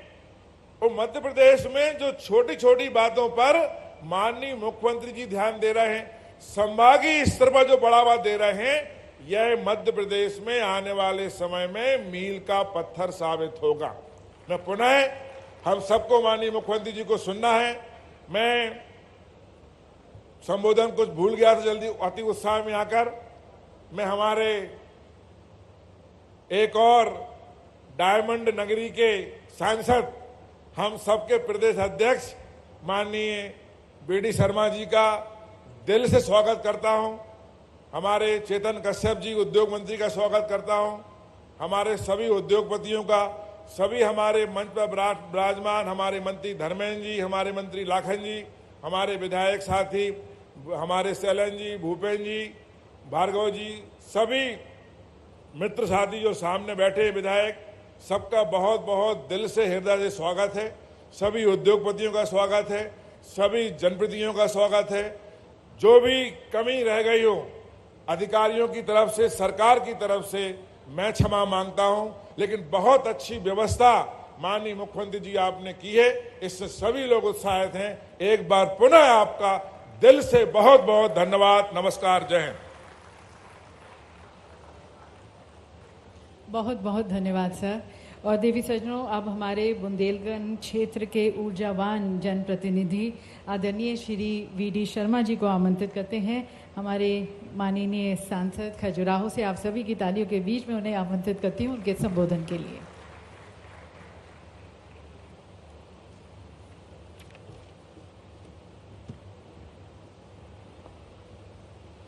आज Madhya Pradesh regional industry conclave के आज इस अवसर पर हम सबके बीच उपस्थित मध्य प्रदेश के हमारे लोकप्रिय यशस्वी मुख्यमंत्री आदरणीय डॉक्टर मोहन यादव जी, इस क्षेत्र के हमारे लोकप्रिय नेता मध्य प्रदेश सरकार के वरिष्ठ मंत्री आदरणीय गोविंद सिंह राजपूत जी, हमारे सरकार के वरिष्ठ मंत्री आदरणीय चेतन कश्यप जी, धर्मेंद्र सिंह लोधी जी, लखन पटेल जी, दिलीप अहिरवार जी, यहाँ की हमारी लोकप्रिय सांसद बहन श्रीमती लता वानखेड़े जी, दमोह के सांसद राहुल सिंह लोधी जी, और आज इस कॉन्क्लेव में बुंदेलखंड के इस क्षेत्र में कई ऐसे उद्योगपति पधारे हैं जो आज इस बुंदेलखंड की धरती पर यहाँ के विकास के लिए माननीय मुख्यमंत्री जी की जो प्रतिबद्धता है उसे पूरा करने के लिए हमारे बीच उपस्थित हैं। ऐसे आदरणीय जेपी अग्रवाल जी, आदरणीय सुधीर अग्रवाल जी, सुनील बंसल जी, पंकज ओसवाल जी, एस राम ओला जी, और यहाँ पर उपस्थित हमारे सभी उद्योगपतिगण, सभी सम्माननीय मीडिया के मित्रों और सभी हमारे सम्माननीय जनप्रतिनिधि, हमारे सम्माननीय विधायक आदरणीय सैलन जी, आदरणीय भूपेन्द्र जी, आदरणीय गोपाल भार्गव जी, और यहाँ पर उपस्थित हमारे सभी सम्माननीय अतिथिगण, आज का दिन हमारे लिए बहुत गौरव का दिन है। मुख्यमंत्री जी, मैं आज अपने इस बुंदेलखंड की धरती पर, ये जो अपना मध्य प्रदेश है, आपने बुंदेलखंड को अपने विकास के एजेंडे में लेकर एक महत्वपूर्ण कदम इस मध्य प्रदेश के अंदर जो उठाया है, रीजनल कॉन्क्लेव के माध्यम से आपने सभी संभाग स्तरों पर मध्य प्रदेश का संपूर्ण विकास कैसे होगा, मैं ऐसा मानता हूं कि ये जो आपका विजन है, ये विजन ही आज संपूर्ण मध्य प्रदेश, केवल कोई एक क्षेत्र नहीं कि हमने कोई एक स्थान पर जो लगातार विकास के गतिमान तौर पर वो आगे बढ़ रहे हैं, लेकिन मध्य प्रदेश के दूरस्थ क्षेत्रों को भी, जिसमें बुंदेलखंड सबसे ज्यादा उन संभावनाओं को तलाश रहा था, मैं आज पूरे बुंदेलखंड की जनता की ओर से, क्योंकि बुंदेलखंड की जनता ने हमें बहुत आशीर्वाद दिया है और मुझे ऐसा लगता है कि बुंदेलखंड की जनता ने इतना प्रचंड आशीर्वाद दिया है, तो मुख्यमंत्री जी आपने उस प्रचंड आशीर्वाद को अपने एजेंडे में लेकर के बुंदेलखंड के विकास के लिए प्रतिबद्ध होकर आज ये जो रीजनल कॉन्क्लेव है, ये बुंदेलखंड के विकास को हम सब मिलकर के आगे ले जाने का प्रयास करेंगे। इसलिए आज ये एक ऐसा क्षेत्र है जहां खनिज भी है, यहां टूरिज्म भी है, यहां पर हम देखते हैं कि अलग अलग प्रकार से कई प्रकार की संभावनाएं बुंदेलखंड के क्षेत्र में हैं। यहां डायमंड भी है, मैं तो अभी देखता हूं कि पन्ना के अंदर अभी नेचुरल गैस भी आ गया है। और इस पूरे बुंदेलखंड के क्षेत्र में जब हम देखते हैं कि रॉ मटेरियल हमारे पास इतना है जो सर्वाधिक देश को विकास में अपनी भूमिका निभाता है, निभा सकता है, लेकिन आज इतने उद्योगपतियों को और लोकेलिटी के हमारे उन सब लोगों को जो यूथ एंटरप्रेन्योर भी हैं, ऐसे हमारे लोग हैं जो काम की अपॉर्चुनिटी तलाश रहे हैं, लेकिन आज उनको जो अवसर मिला है, ये वास्तव में ही हमारे बुंदेलखंड के लिए बहुत महत्वपूर्ण कदम माननीय मुख्यमंत्री जी आपने उठाया है। अभी हमारी नई सरकार माननीय मोदी जी के नेतृत्व में तीसरी बार जब बनी है, मैं बुंदेलखंड की जनता को ये बताना चाहता हूं, माननीय मुख्यमंत्री जी को भी मैंने एक बार बताया है कि सूचना प्रसारण मंत्री ने मुझे शपथ लेने के तत्काल बाद कहा कि खजुराहो हमारा जो वर्ल्ड हेरिटेज है, आइकॉनिक सिटी है, ये आगामी समय में देश के अंदर फिल्म सिटी इस नाते से इस देश के अंदर स्थापित करने का प्रयास हमारी सरकार इस दिशा में कदम उठाने का प्रयास कर रही है। क्योंकि जो अभी फिल्म उद्योग के बारे में बात चल रही थी, मध्य प्रदेश को लोग पसंद कर रहे हैं।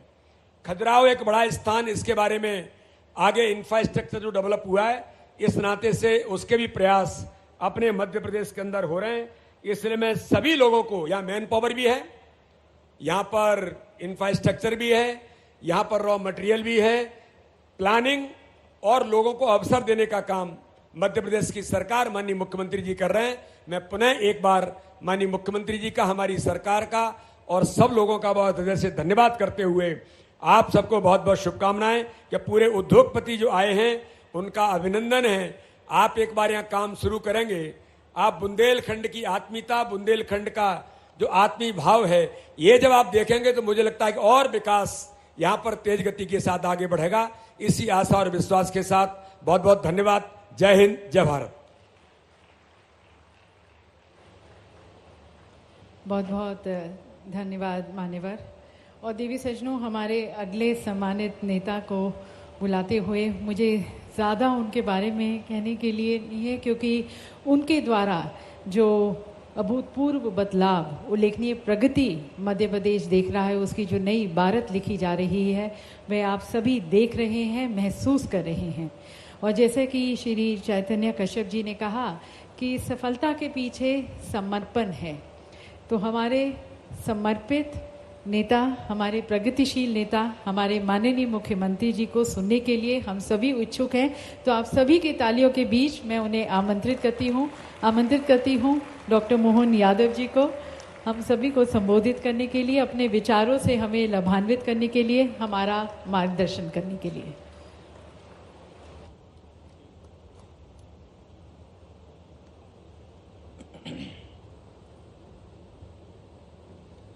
कला, संस्कृति, वीरता, धीरता और प्रचुर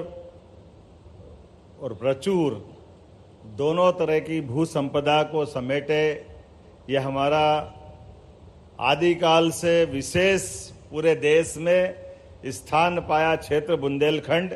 इस बुंदेलखंड के सभी लोगों को प्रणाम करता हूं, सबका अभिनंदन करता हूं।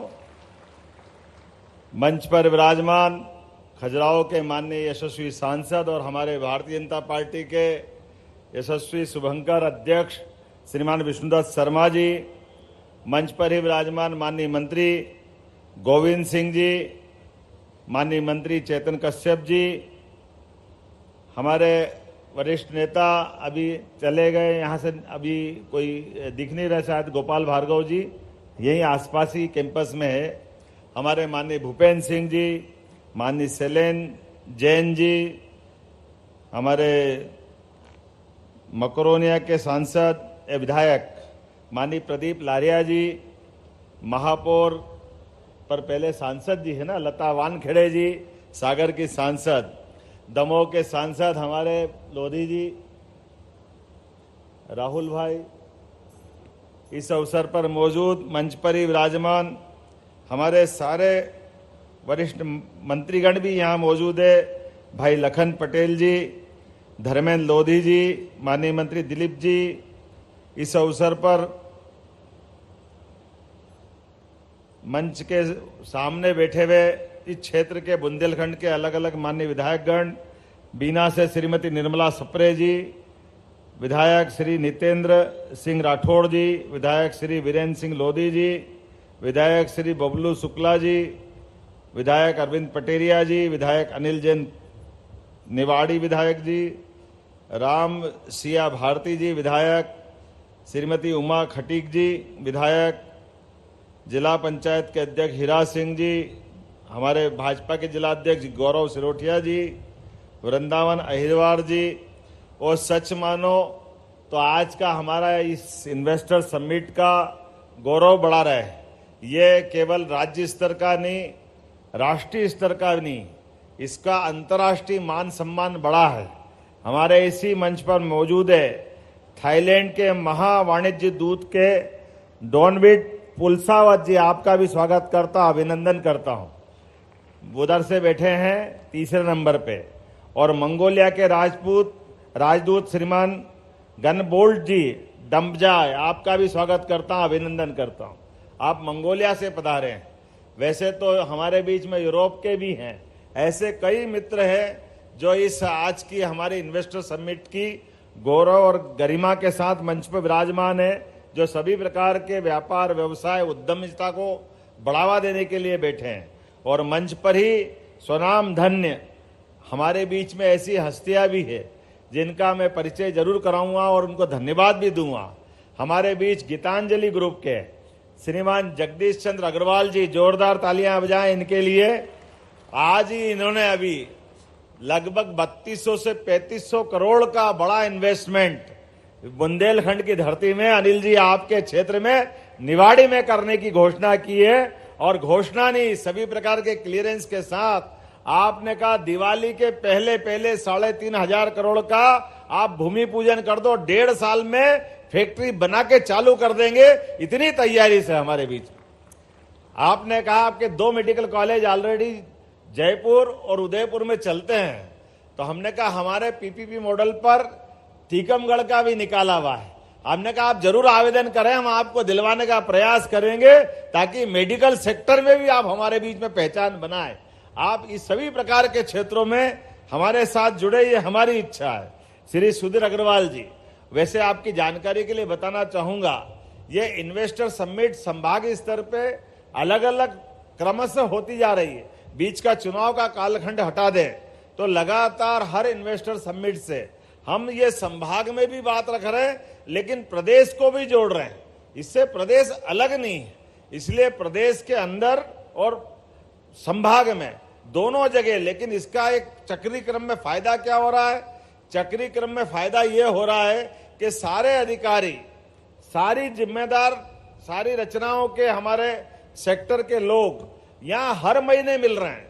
जैसे इस महीने अभी हमारा बीते महीने ग्वालियर में हम थे, ग्वालियर के बाद सागर आए, सागर के बाद रीवा जाने वाले हैं, रीवा के बाद फिर नर्मदापुरम के बाद दिसंबर में शहडोल में, अर्थात ये क्रम नहीं टूट रहा है। और इसमें हर जगह, जैसे यहाँ सागर में अगर हम आज यहाँ इन्वेस्टमेंट की बात कर रहे हैं तो आज में लगभग हमारे पास यहाँ सागर के हिसाब से देखें तो 5,000 करोड़ से ज्यादा का इन्वेस्टमेंट के तो अभी सूचना मिल गई है जो हमारे सागर में हो रहा है। लेकिन इसके रीजन में अगर अपन जाएंगे तो 10,000 करोड़ से ज्यादा के कामों की आज ही हमारी यहाँ की व्यापार व्यवसाय की प्रगति रहने वाली है, जिसके आधार पर 10,000 से ज्यादा लोगों को रोजगार मिलेगा। मुझे लगता है ताली वाली तो मिलना चाहिए, छोटी मोटी बात नहीं है। ये हमारे लिए एक तरह से वर्तमान के दौर में, बदलते दौर में, और जैसे कि कहा गया है, मैं वो लिस्ट बताना चाहूंगा कि जिस प्रकार से कोई भी इंडस्ट्रियल समिट जब होती है तो वो किस किस प्रकार से प्रभाव डालती है, ये समूचे बुंदेलखंड के विकास के लिए प्रभाव डालेगी। और न केवल बुंदेलखंड के विकास के लिए, जब नए उद्योग आते हैं, इंफ्रास्ट्रक्चर का विकास होता है तो युवाओं को रोजगार मिलता है। बड़े पैमाने पर निवेशक जब आते हैं तो सभी प्रकार के विकास के नए दरवाजे खुलते हैं। उसी के साथ साथ स्थानीय व्यापार को भी प्रोत्साहन मिलता है। एक सेक्टर नहीं, एक इंडस्ट्री आएगी तो होटल वाले, ठेले वाले, बाजार वाले, सभी प्रकार के लोगों को यहां से लेके वहां तक उसका असर आता है। और ये सागर केवल सागर नहीं है, सागर का पूरा हमारा संभागीय क्षेत्र है, ये सब लाभान्वित होने वाले हैं। इसीलिए सागर के सभी जिले, पन्ना में सीमेंट उद्योग, जोरदार अभिनंदन करो। किसको कहते हैं? 1,500 करोड़ का इन्वेस्टमेंट अकेले पन्ना में होने वाला है। 3,500 करोड़ का निवेश में हमने आपके बीच में बताया है। और अपने बीच छतरपुर, निवाड़ी, टीकमगढ़, पन्ना, दमोह में भी सीमेंट प्लांट। कहाँ लोधी जी, जोरदार अभिनंदन करो। दमोह में हटा के पास ये पूरा नया बेल्ट हमारा बनने वाला है। और इसी के माध्यम से अगर मैं इसकी लाइन से देखता हूं तो हमारे बीच Paramount cable, Pacific meta metal, तो आपको बता ही दिया, मेटा स्टील का तो जो जगदीश चंद्र अग्रवाल जी दे रहे हैं। लेकिन industry and trade welfare association के माध्यम से बीना में लगभग 100 करोड़ के निवेश से 500 से ज्यादा लोगों को रोजगार दिलाने के लिए रेडीमेड गारमेंट्स की इंडस्ट्री लगने वाली। जोरदार अभिनंदन करो। और बीना तो बदलने वाला है। बीना के अलग अलग प्रकार के हमारे रसायन और उर्वरक के सभी प्रकार के कारखानों के माध्यम से आज ही यहाँ मध्य भारत की एग्रो प्राइवेट लिमिटेड के माध्यम से 400 करोड़ का इन्वेस्टमेंट और 500 से ज्यादा रोजगार के अवसर वहीं बीना के लिए मिलने वाले हैं। ये हमारी आज की अपनी उपलब्धि रहने वाली। डेटा सेंटर, कभी कल्पना कर सकते थे डेटा सेंटर सागर रीजन में आएगा? मुझे लगता है अभी मध्य प्रदेश में सबसे पहले शुरुआत यहीं से हो रही है। और डेटा सेंटर के लिए जोरदार अभिनंदन करो। अपने यहाँ डेटा सेंटर के माध्यम से हमारे मिश्रा जी ने दुबे जी ने बहुत अच्छी बात रखी थी। लेकिन मैं मान के चलता हूं कि आज सुर्खी के अंदर डेटा सेंटर, डाटा सेंट्रिक्स के माध्यम से 1700 करोड़ का इन्वेस्टमेंट आया है, 1700 करोड़ का, जिसके माध्यम से लगभग 1,000 लोगों को लाभ मिलेगा प्रत्यक्ष रूप से। और अप्रत्यक्ष रूप से तो ये पूरे अपने बहुत लंबा एरिया इसका रहने वाला है, देश के अंदर भी और देश के बाहर भी। आज के जमाने में आईटी का क्या महत्व है हमको बताने की जरूरत नहीं। जब एआई की बात आ रही है तो इसका और महत्व बढ़ जाता है। लेकिन ये इन्वेस्टमेंट के माध्यम से हमारी अर्थव्यवस्था भी बदलेगी। कृषि, छोटे उद्योग, शहरों का आधुनिकीकरण, रोजगार सृजन के अवसर, ये पूरे सागर और पूरे क्षेत्र को लाभान्वित करेंगे, जिसके माध्यम से प्रत्यक्ष रूप से हजारों लाखों लोग लाभान्वित होने वाले हैं। भविष्य की दृष्टि से ये बुंदेलखंड के लिए एक बड़ा माइलस्टोन होने वाला है। बहुत बड़ा एक तरह से अपना एक नया आज के बाद एक इतिहास लिखा जाएगा। दीर्घकालिक रूप से डेवलपमेंट की ये बड़ी संभावना का एक क्षेत्र बन रहा है। क्योंकि जब हमारे इस क्षेत्र में नए नए राजमार्ग बन रहे हैं, जोरदार अभिनंदन माननीय नरेंद्र मोदी जी के लिए करिए, जिनके माध्यम से पूरे मध्य प्रदेश के अंदर 4 लेन, 6 लेन, 8 लेन केवल सुनते थे। भारत का सबसे तेज गति से और सबसे बड़ा दिल्ली मुंबई का छोटा कॉरिडोर बनाया 8 लेन सुपर एक्सप्रेस वे।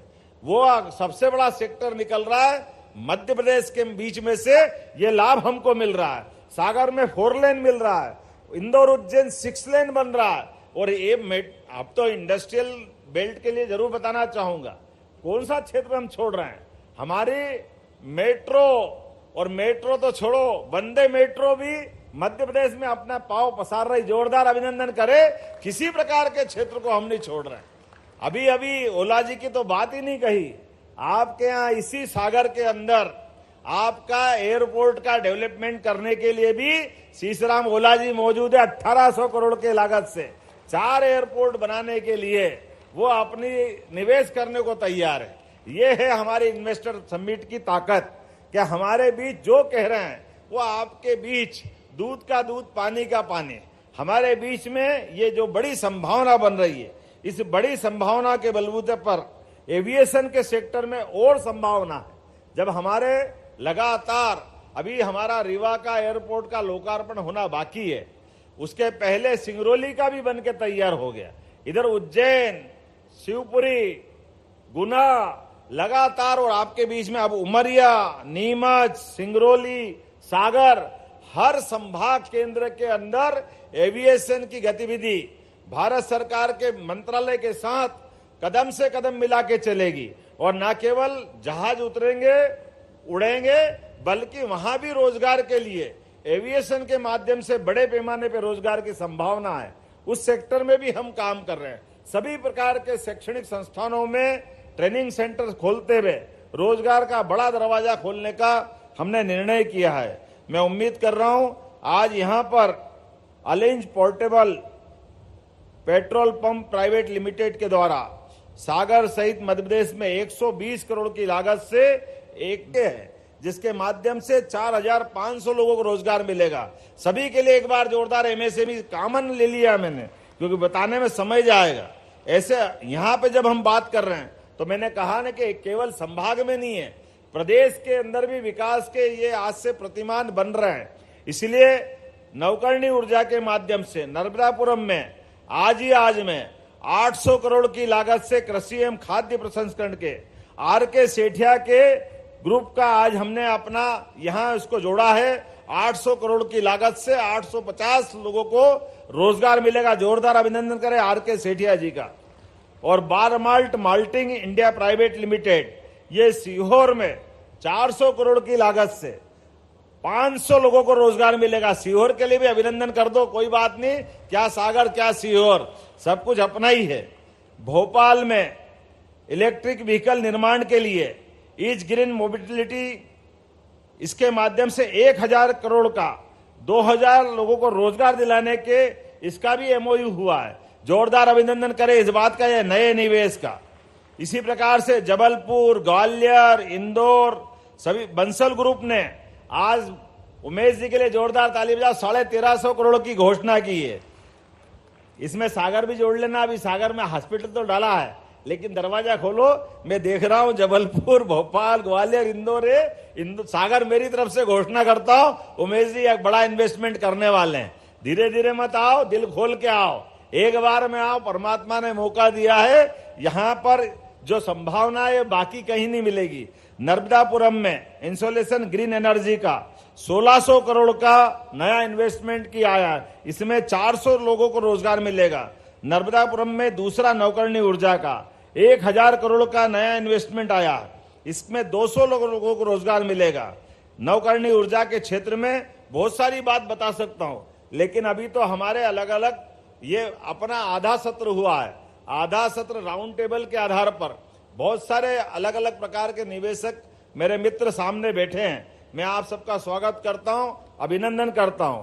ये बात सही है कि मेरे पहले हमारे अलग अलग विभाग के कई पीएस ने अपने विभाग की विस्तार से योजना बताई है। हमारी योजनाओं के साथ हमने अपने निवेशकों का विश्वास दिलाने का प्रयास किया है। लेकिन ये भी बताना चाहूंगा कि कई सारे पीएस अभी बोल ही नहीं पाए।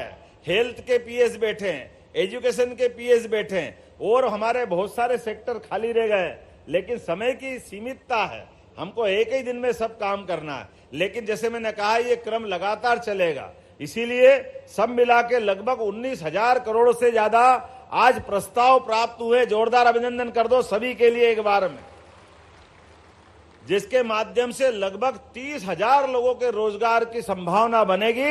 ये हमारी इन्वेस्टर समिट की अपनी ताकत है। मैं उम्मीद कर रहा हूं हमारी वृहद इकाई या एमएसएमई सेक्टर, लेकिन मुझे बताया गया है इस बुंदेलखंड पर हमने जब विकास की बात कही है तो इंफ्रास्ट्रक्चर भी डेवलप कर रहे हैं, उसमें पर्याप्त ध्यान देंगे। लेकिन रोजगार की बात कर रहे हैं तो रोजगार की हमने चरणबद्ध रचनाएं बनाई और चरणबद्ध रचनाओं में पहली रचना हमारे अपने मध्य प्रदेश के अंदर किसी भी जिले में अगर कोई भी हमारा छोटे से छोटा निवेशक, छोटे से छोटा उद्यमी अपना कोई कामकाज कर रहा है तो उसके कामकाज को सरलता के साथ सरकार वो जहां से कर रहा है वहां भी प्रोत्साहन देगी।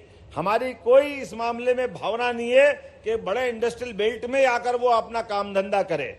यहां मुझे बताया गया है कि चांदी का काम करने वाले लोग अच्छे हैं, उनको भी मदद की जाएगी। इस सेक्टर में भी हमारी तरफ से कोई कमी नहीं रहेगी। इसी प्रकार से बीड़ी उद्योग की बात आई थी। सारे लोगों को मैं भोपाल बुला रहा हूं कि बीड़ी उद्योग के आधार पर भी अगर रोजगार की संभावना है तो तेंदुपत्ता भी हमारे पास है, उसका काम करने वाले लोग भी हमारे पास है। आपके सेक्टर में भी कोई परेशानी नहीं और भविष्य की दृष्टि से हमारे अपने इस केवल यहां नहीं हर जगह के लिए। और एक और आपकी जानकारी के लिए बता दूं, बुंदेलखंड में तो एक तरह से बिल्कुल बदलते हुए दौर में आने वाले 5 साल के अंदर बुंदेलखंड के लिए आप लोगों से एक निवेदन करना चाहता हूं। आपको बताता हूं संभावना यशस्वी प्रधानमंत्री के नेतृत्व में केन बेतवा नदी लिंक योजना के माध्यम से 2.5 लाख हेक्टेयर के अंदर यहां सिंचाई की संभावना बन रही है। बड़े पैमाने पे पूरा क्षेत्र बदलने वाला है। जितना ये कष्ट भोग करके पुराने समय में बुंदेलखंड के लिए जो तकलीफ थी, आज के दौर में आने वाले समय में पूरा का पूरा क्षेत्र बदलकर समूचा क्षेत्र ये पंजाब को पीछे छोड़ेगा, इसकी गारंटी ले सकता हूं। इतना अपने आप में यहाँ एग्रीकल्चर की संभावना रहने वाली है। और न केवल हमारे सिंचाई के क्षेत्र में बल्कि पशुपालन को लेकर के हमने नेशनल डेयरी डेवलपमेंट बोर्ड के माध्यम से एक एमओयू किया है और आने वाले 5 साल में अभी देश का 10वां हिस्सा के बराबर दूध हम उत्पादन करते हैं। लेकिन हमारा लक्ष्य है कि आने वाले समय में हम 5वें नंबर पे पहुंचे, डबल उत्पादन क्षमता बढ़ाएं। तो जो कृषि उत्पादन के साथ साथ किसानों की भी आय डबल करने के लिए दूध उत्पादन में उनको अपना सहभागी बनाएं। इसी प्रकार से हार्टिकल्चर का बहुत बड़ा सेक्टर है। हार्टिकल्चर के सेक्टर में भी हमने बहुत अच्छी पॉलिसियां लाई है। इसीलिए फूड इंडस्ट्रियों की बड़ी संभावना भी इसी क्षेत्र में है। माइनिंग के सेक्टर में भी हमने अपने अलग अलग प्रकार के प्रयास प्रारंभ किए और माइनिंग का तो एक तरह से ये पूरा बेल्ट एक अलग पहचान रखता है। इसीलिए माइनिंग के सेक्टर में भी साफ सुथरी पॉलिसी और सबसे सरलता के साथ नीलामी। इसी कारण से मध्य प्रदेश सरकार को भारत सरकार ने प्रथम पुरस्कार दिया हमारे अपने व्यापार व्यवसाय के तरीके कारण से कि साफ सुथरे ढंग से जो खदान की नीलामी होती है इस पद्धति को हमने पकड़ा है। और मुझे इस बात की प्रसन्नता है, अभी जो लगभग 10 से 12 हजार करोड़ का हमारा माइनिंग के माध्यम से व्यापार व्यवसाय होता है, ये रेवेन्यू कलेक्शन हम 50,000 करोड़ तक ले जाने वाले हैं। अर्थात बड़ी संभावना पे बड़े सेक्टर निकालते हुए सभी क्षेत्रों में हम समान रूप से काम कर रहे हैं। मैं आज के इस अवसर पर चूंकि यहाँ इस बुंदेलखंड की धरती पर आकर के ऐसा लगता है कि बोलते ही रहो, अपनी बात समाप्त मत करो। इतना प्रेम, इतना स्नेह यहाँ से मिलता है। मैं एक बार फिर बुंदेलखंड में आज जो नया सुबह का सूर्य उगा है, ये सूर्य की ऊर्जा उष्मा के साथ चांदी का क्लस्टर बना देंगे, इसमें क्या दिक्कत है। शैलेंद्र जी के लिए ताली बजाओ। चांदी के क्लस्टर की आपने बात कही है, मेरा बस चले तो तुम अभी और बताते रहो, वो सब बोलता रहूं, मुझे अच्छा लगेगा। व्यापार व्यवसाय के लिए जो जो हो सकता है वो सब करना चाहिए। देखो परमात्मा की लीला है, हम सबका हमारे हाथ में ना पैदा होने का हमारे बस की बात थी, ना शरीर छोड़ना हमारे बस की बात। लेकिन इस मृत्यु लोक में कई जन्मों के पुण्य हो गए, पुराने जन्मों के, कि हमने इस मृत्यु लोक में जन्म लिया। और अच्छा भाग्य है तो हम अपने इस देश भारतवर्ष में जन्म लेकर के अपना बाकी की जिंदगी प्रारंभ कर रहे हैं। और ज्यादा पुण्य मिला के महाकाल और ममलेश्वर के क्षेत्र में काम करने का मौका मिल रहा है। तो अपने हाथ में जो यश मिले उतना यश हासिल करते हुए प्रत्येक क्षेत्र में व्यक्ति अपने लिए दो रोटी के जुगाड़ तो सब करता है और करना भी चाहिए। अपने परिवार को पालने की जवाबदारी परमात्मा ने उसको गृहस्थ जीवन में दी, वो भी रहना चाहिए। लेकिन सच्चा सुख तो तब मिलता है जब मैं काम करूं और 1000 लोग मेरे काम करते करते अपना जीवन का गुजर बसर करें, उनके जिंदगी में हमारे माध्यम से उनका बदलाव आए। और ये 1000 में नहीं, जब हजारों में होती है, ये लाखों में हो, ये शुभकामना देते मेरी बात समाप्त करता हूं। बहुत बहुत धन्यवाद। भारत माता की। बहुत बहुत धन्यवाद माननीय मुख्यमंत्री जी। विकसित मध्य प्रदेश की तरफ जो आपकी सोच है, मंशा है, विजन है, मिशन है, वो हमारे साथ साझा करने के लिए और सभी को यहाँ पर आकर इस विकास यात्रा में सहयोग देने के लिए, प्रोत्साहित करने के लिए बहुत बहुत धन्यवाद। और इस कार्यक्रम की समाप्ति पर हमारे नेशनल पार्टनर्स CII MP के चेयरमैन, जो कि चेयरमैन गिरिराज स्टील भी हैं, श्री आशीष वैश्य जी को मैं आमंत्रित करती हूं उनके समापन विचार और धन्यवाद प्रस्ताव के लिए। मध्य प्रदेश में विकास का नया इतिहास रचने वाले हमारे यशस्वी मुख्यमंत्री श्री मोहन यादव जी, सर आपने 9 महीने में जो अचीव करके दिया है उसको देख के पूरा प्रदेश और देश अचंभित है। सर हम हमेशा सोचते थे कि अब इससे बेहतर, इससे अच्छा क्या होगा, पर जब ग्वालियर हुआ तो हमने सोचा कि शायद इससे बेहतर नहीं हो सकता। पर आज आपने हमें उस पुराने मुहावरे का मतलब समझा दिया कि गागर में सागर किसको कहते हैं। सर आपने आज सागर के अंदर गागर में सागर भर दी है। सर आप जब बेंगलोर गए तो हमने सोचा कि ये इससे बड़ा कुछ नहीं हो सकता, पर जब आप कोयम्बटूर गए तो उससे बड़ा हो गया। और सर जब आप कैलकाटा जाते हैं तो 20,000 करोड़ का निवेश प्रदेश के लिए आता है। एक जोरदार तालियां तो बनती हैं मेरे मित्रों। मध्य प्रदेश के लिए 20,000 करोड़ का निवेश कलकत्ता जैसे आने के लिए पूरा उद्योग जगत आपका आभारी है। मैं आदरणीय मंत्रीगण, आदरणीय सांसदगण, आदरणीय विधायकगण और सबसे बड़े, सबसे ऊपर मेरे उद्योगपति साथियों का अभिनंदन करता हूं, मेरे पत्रकार मित्रों का अभिनंदन करता हूं। मैं CII चेयरमैन होने के नाते कहना चाहता हूं केवल इतना कि हम जहां जाते हैं आज हमारा सीना गर्व से सबसे ऊपर होता है, क्योंकि हम जाके गर्व से कहते हैं कि हम उस प्रदेश से आए हैं जिसके मुख्यमंत्री श्री मोहन यादव जी हैं। Thank you.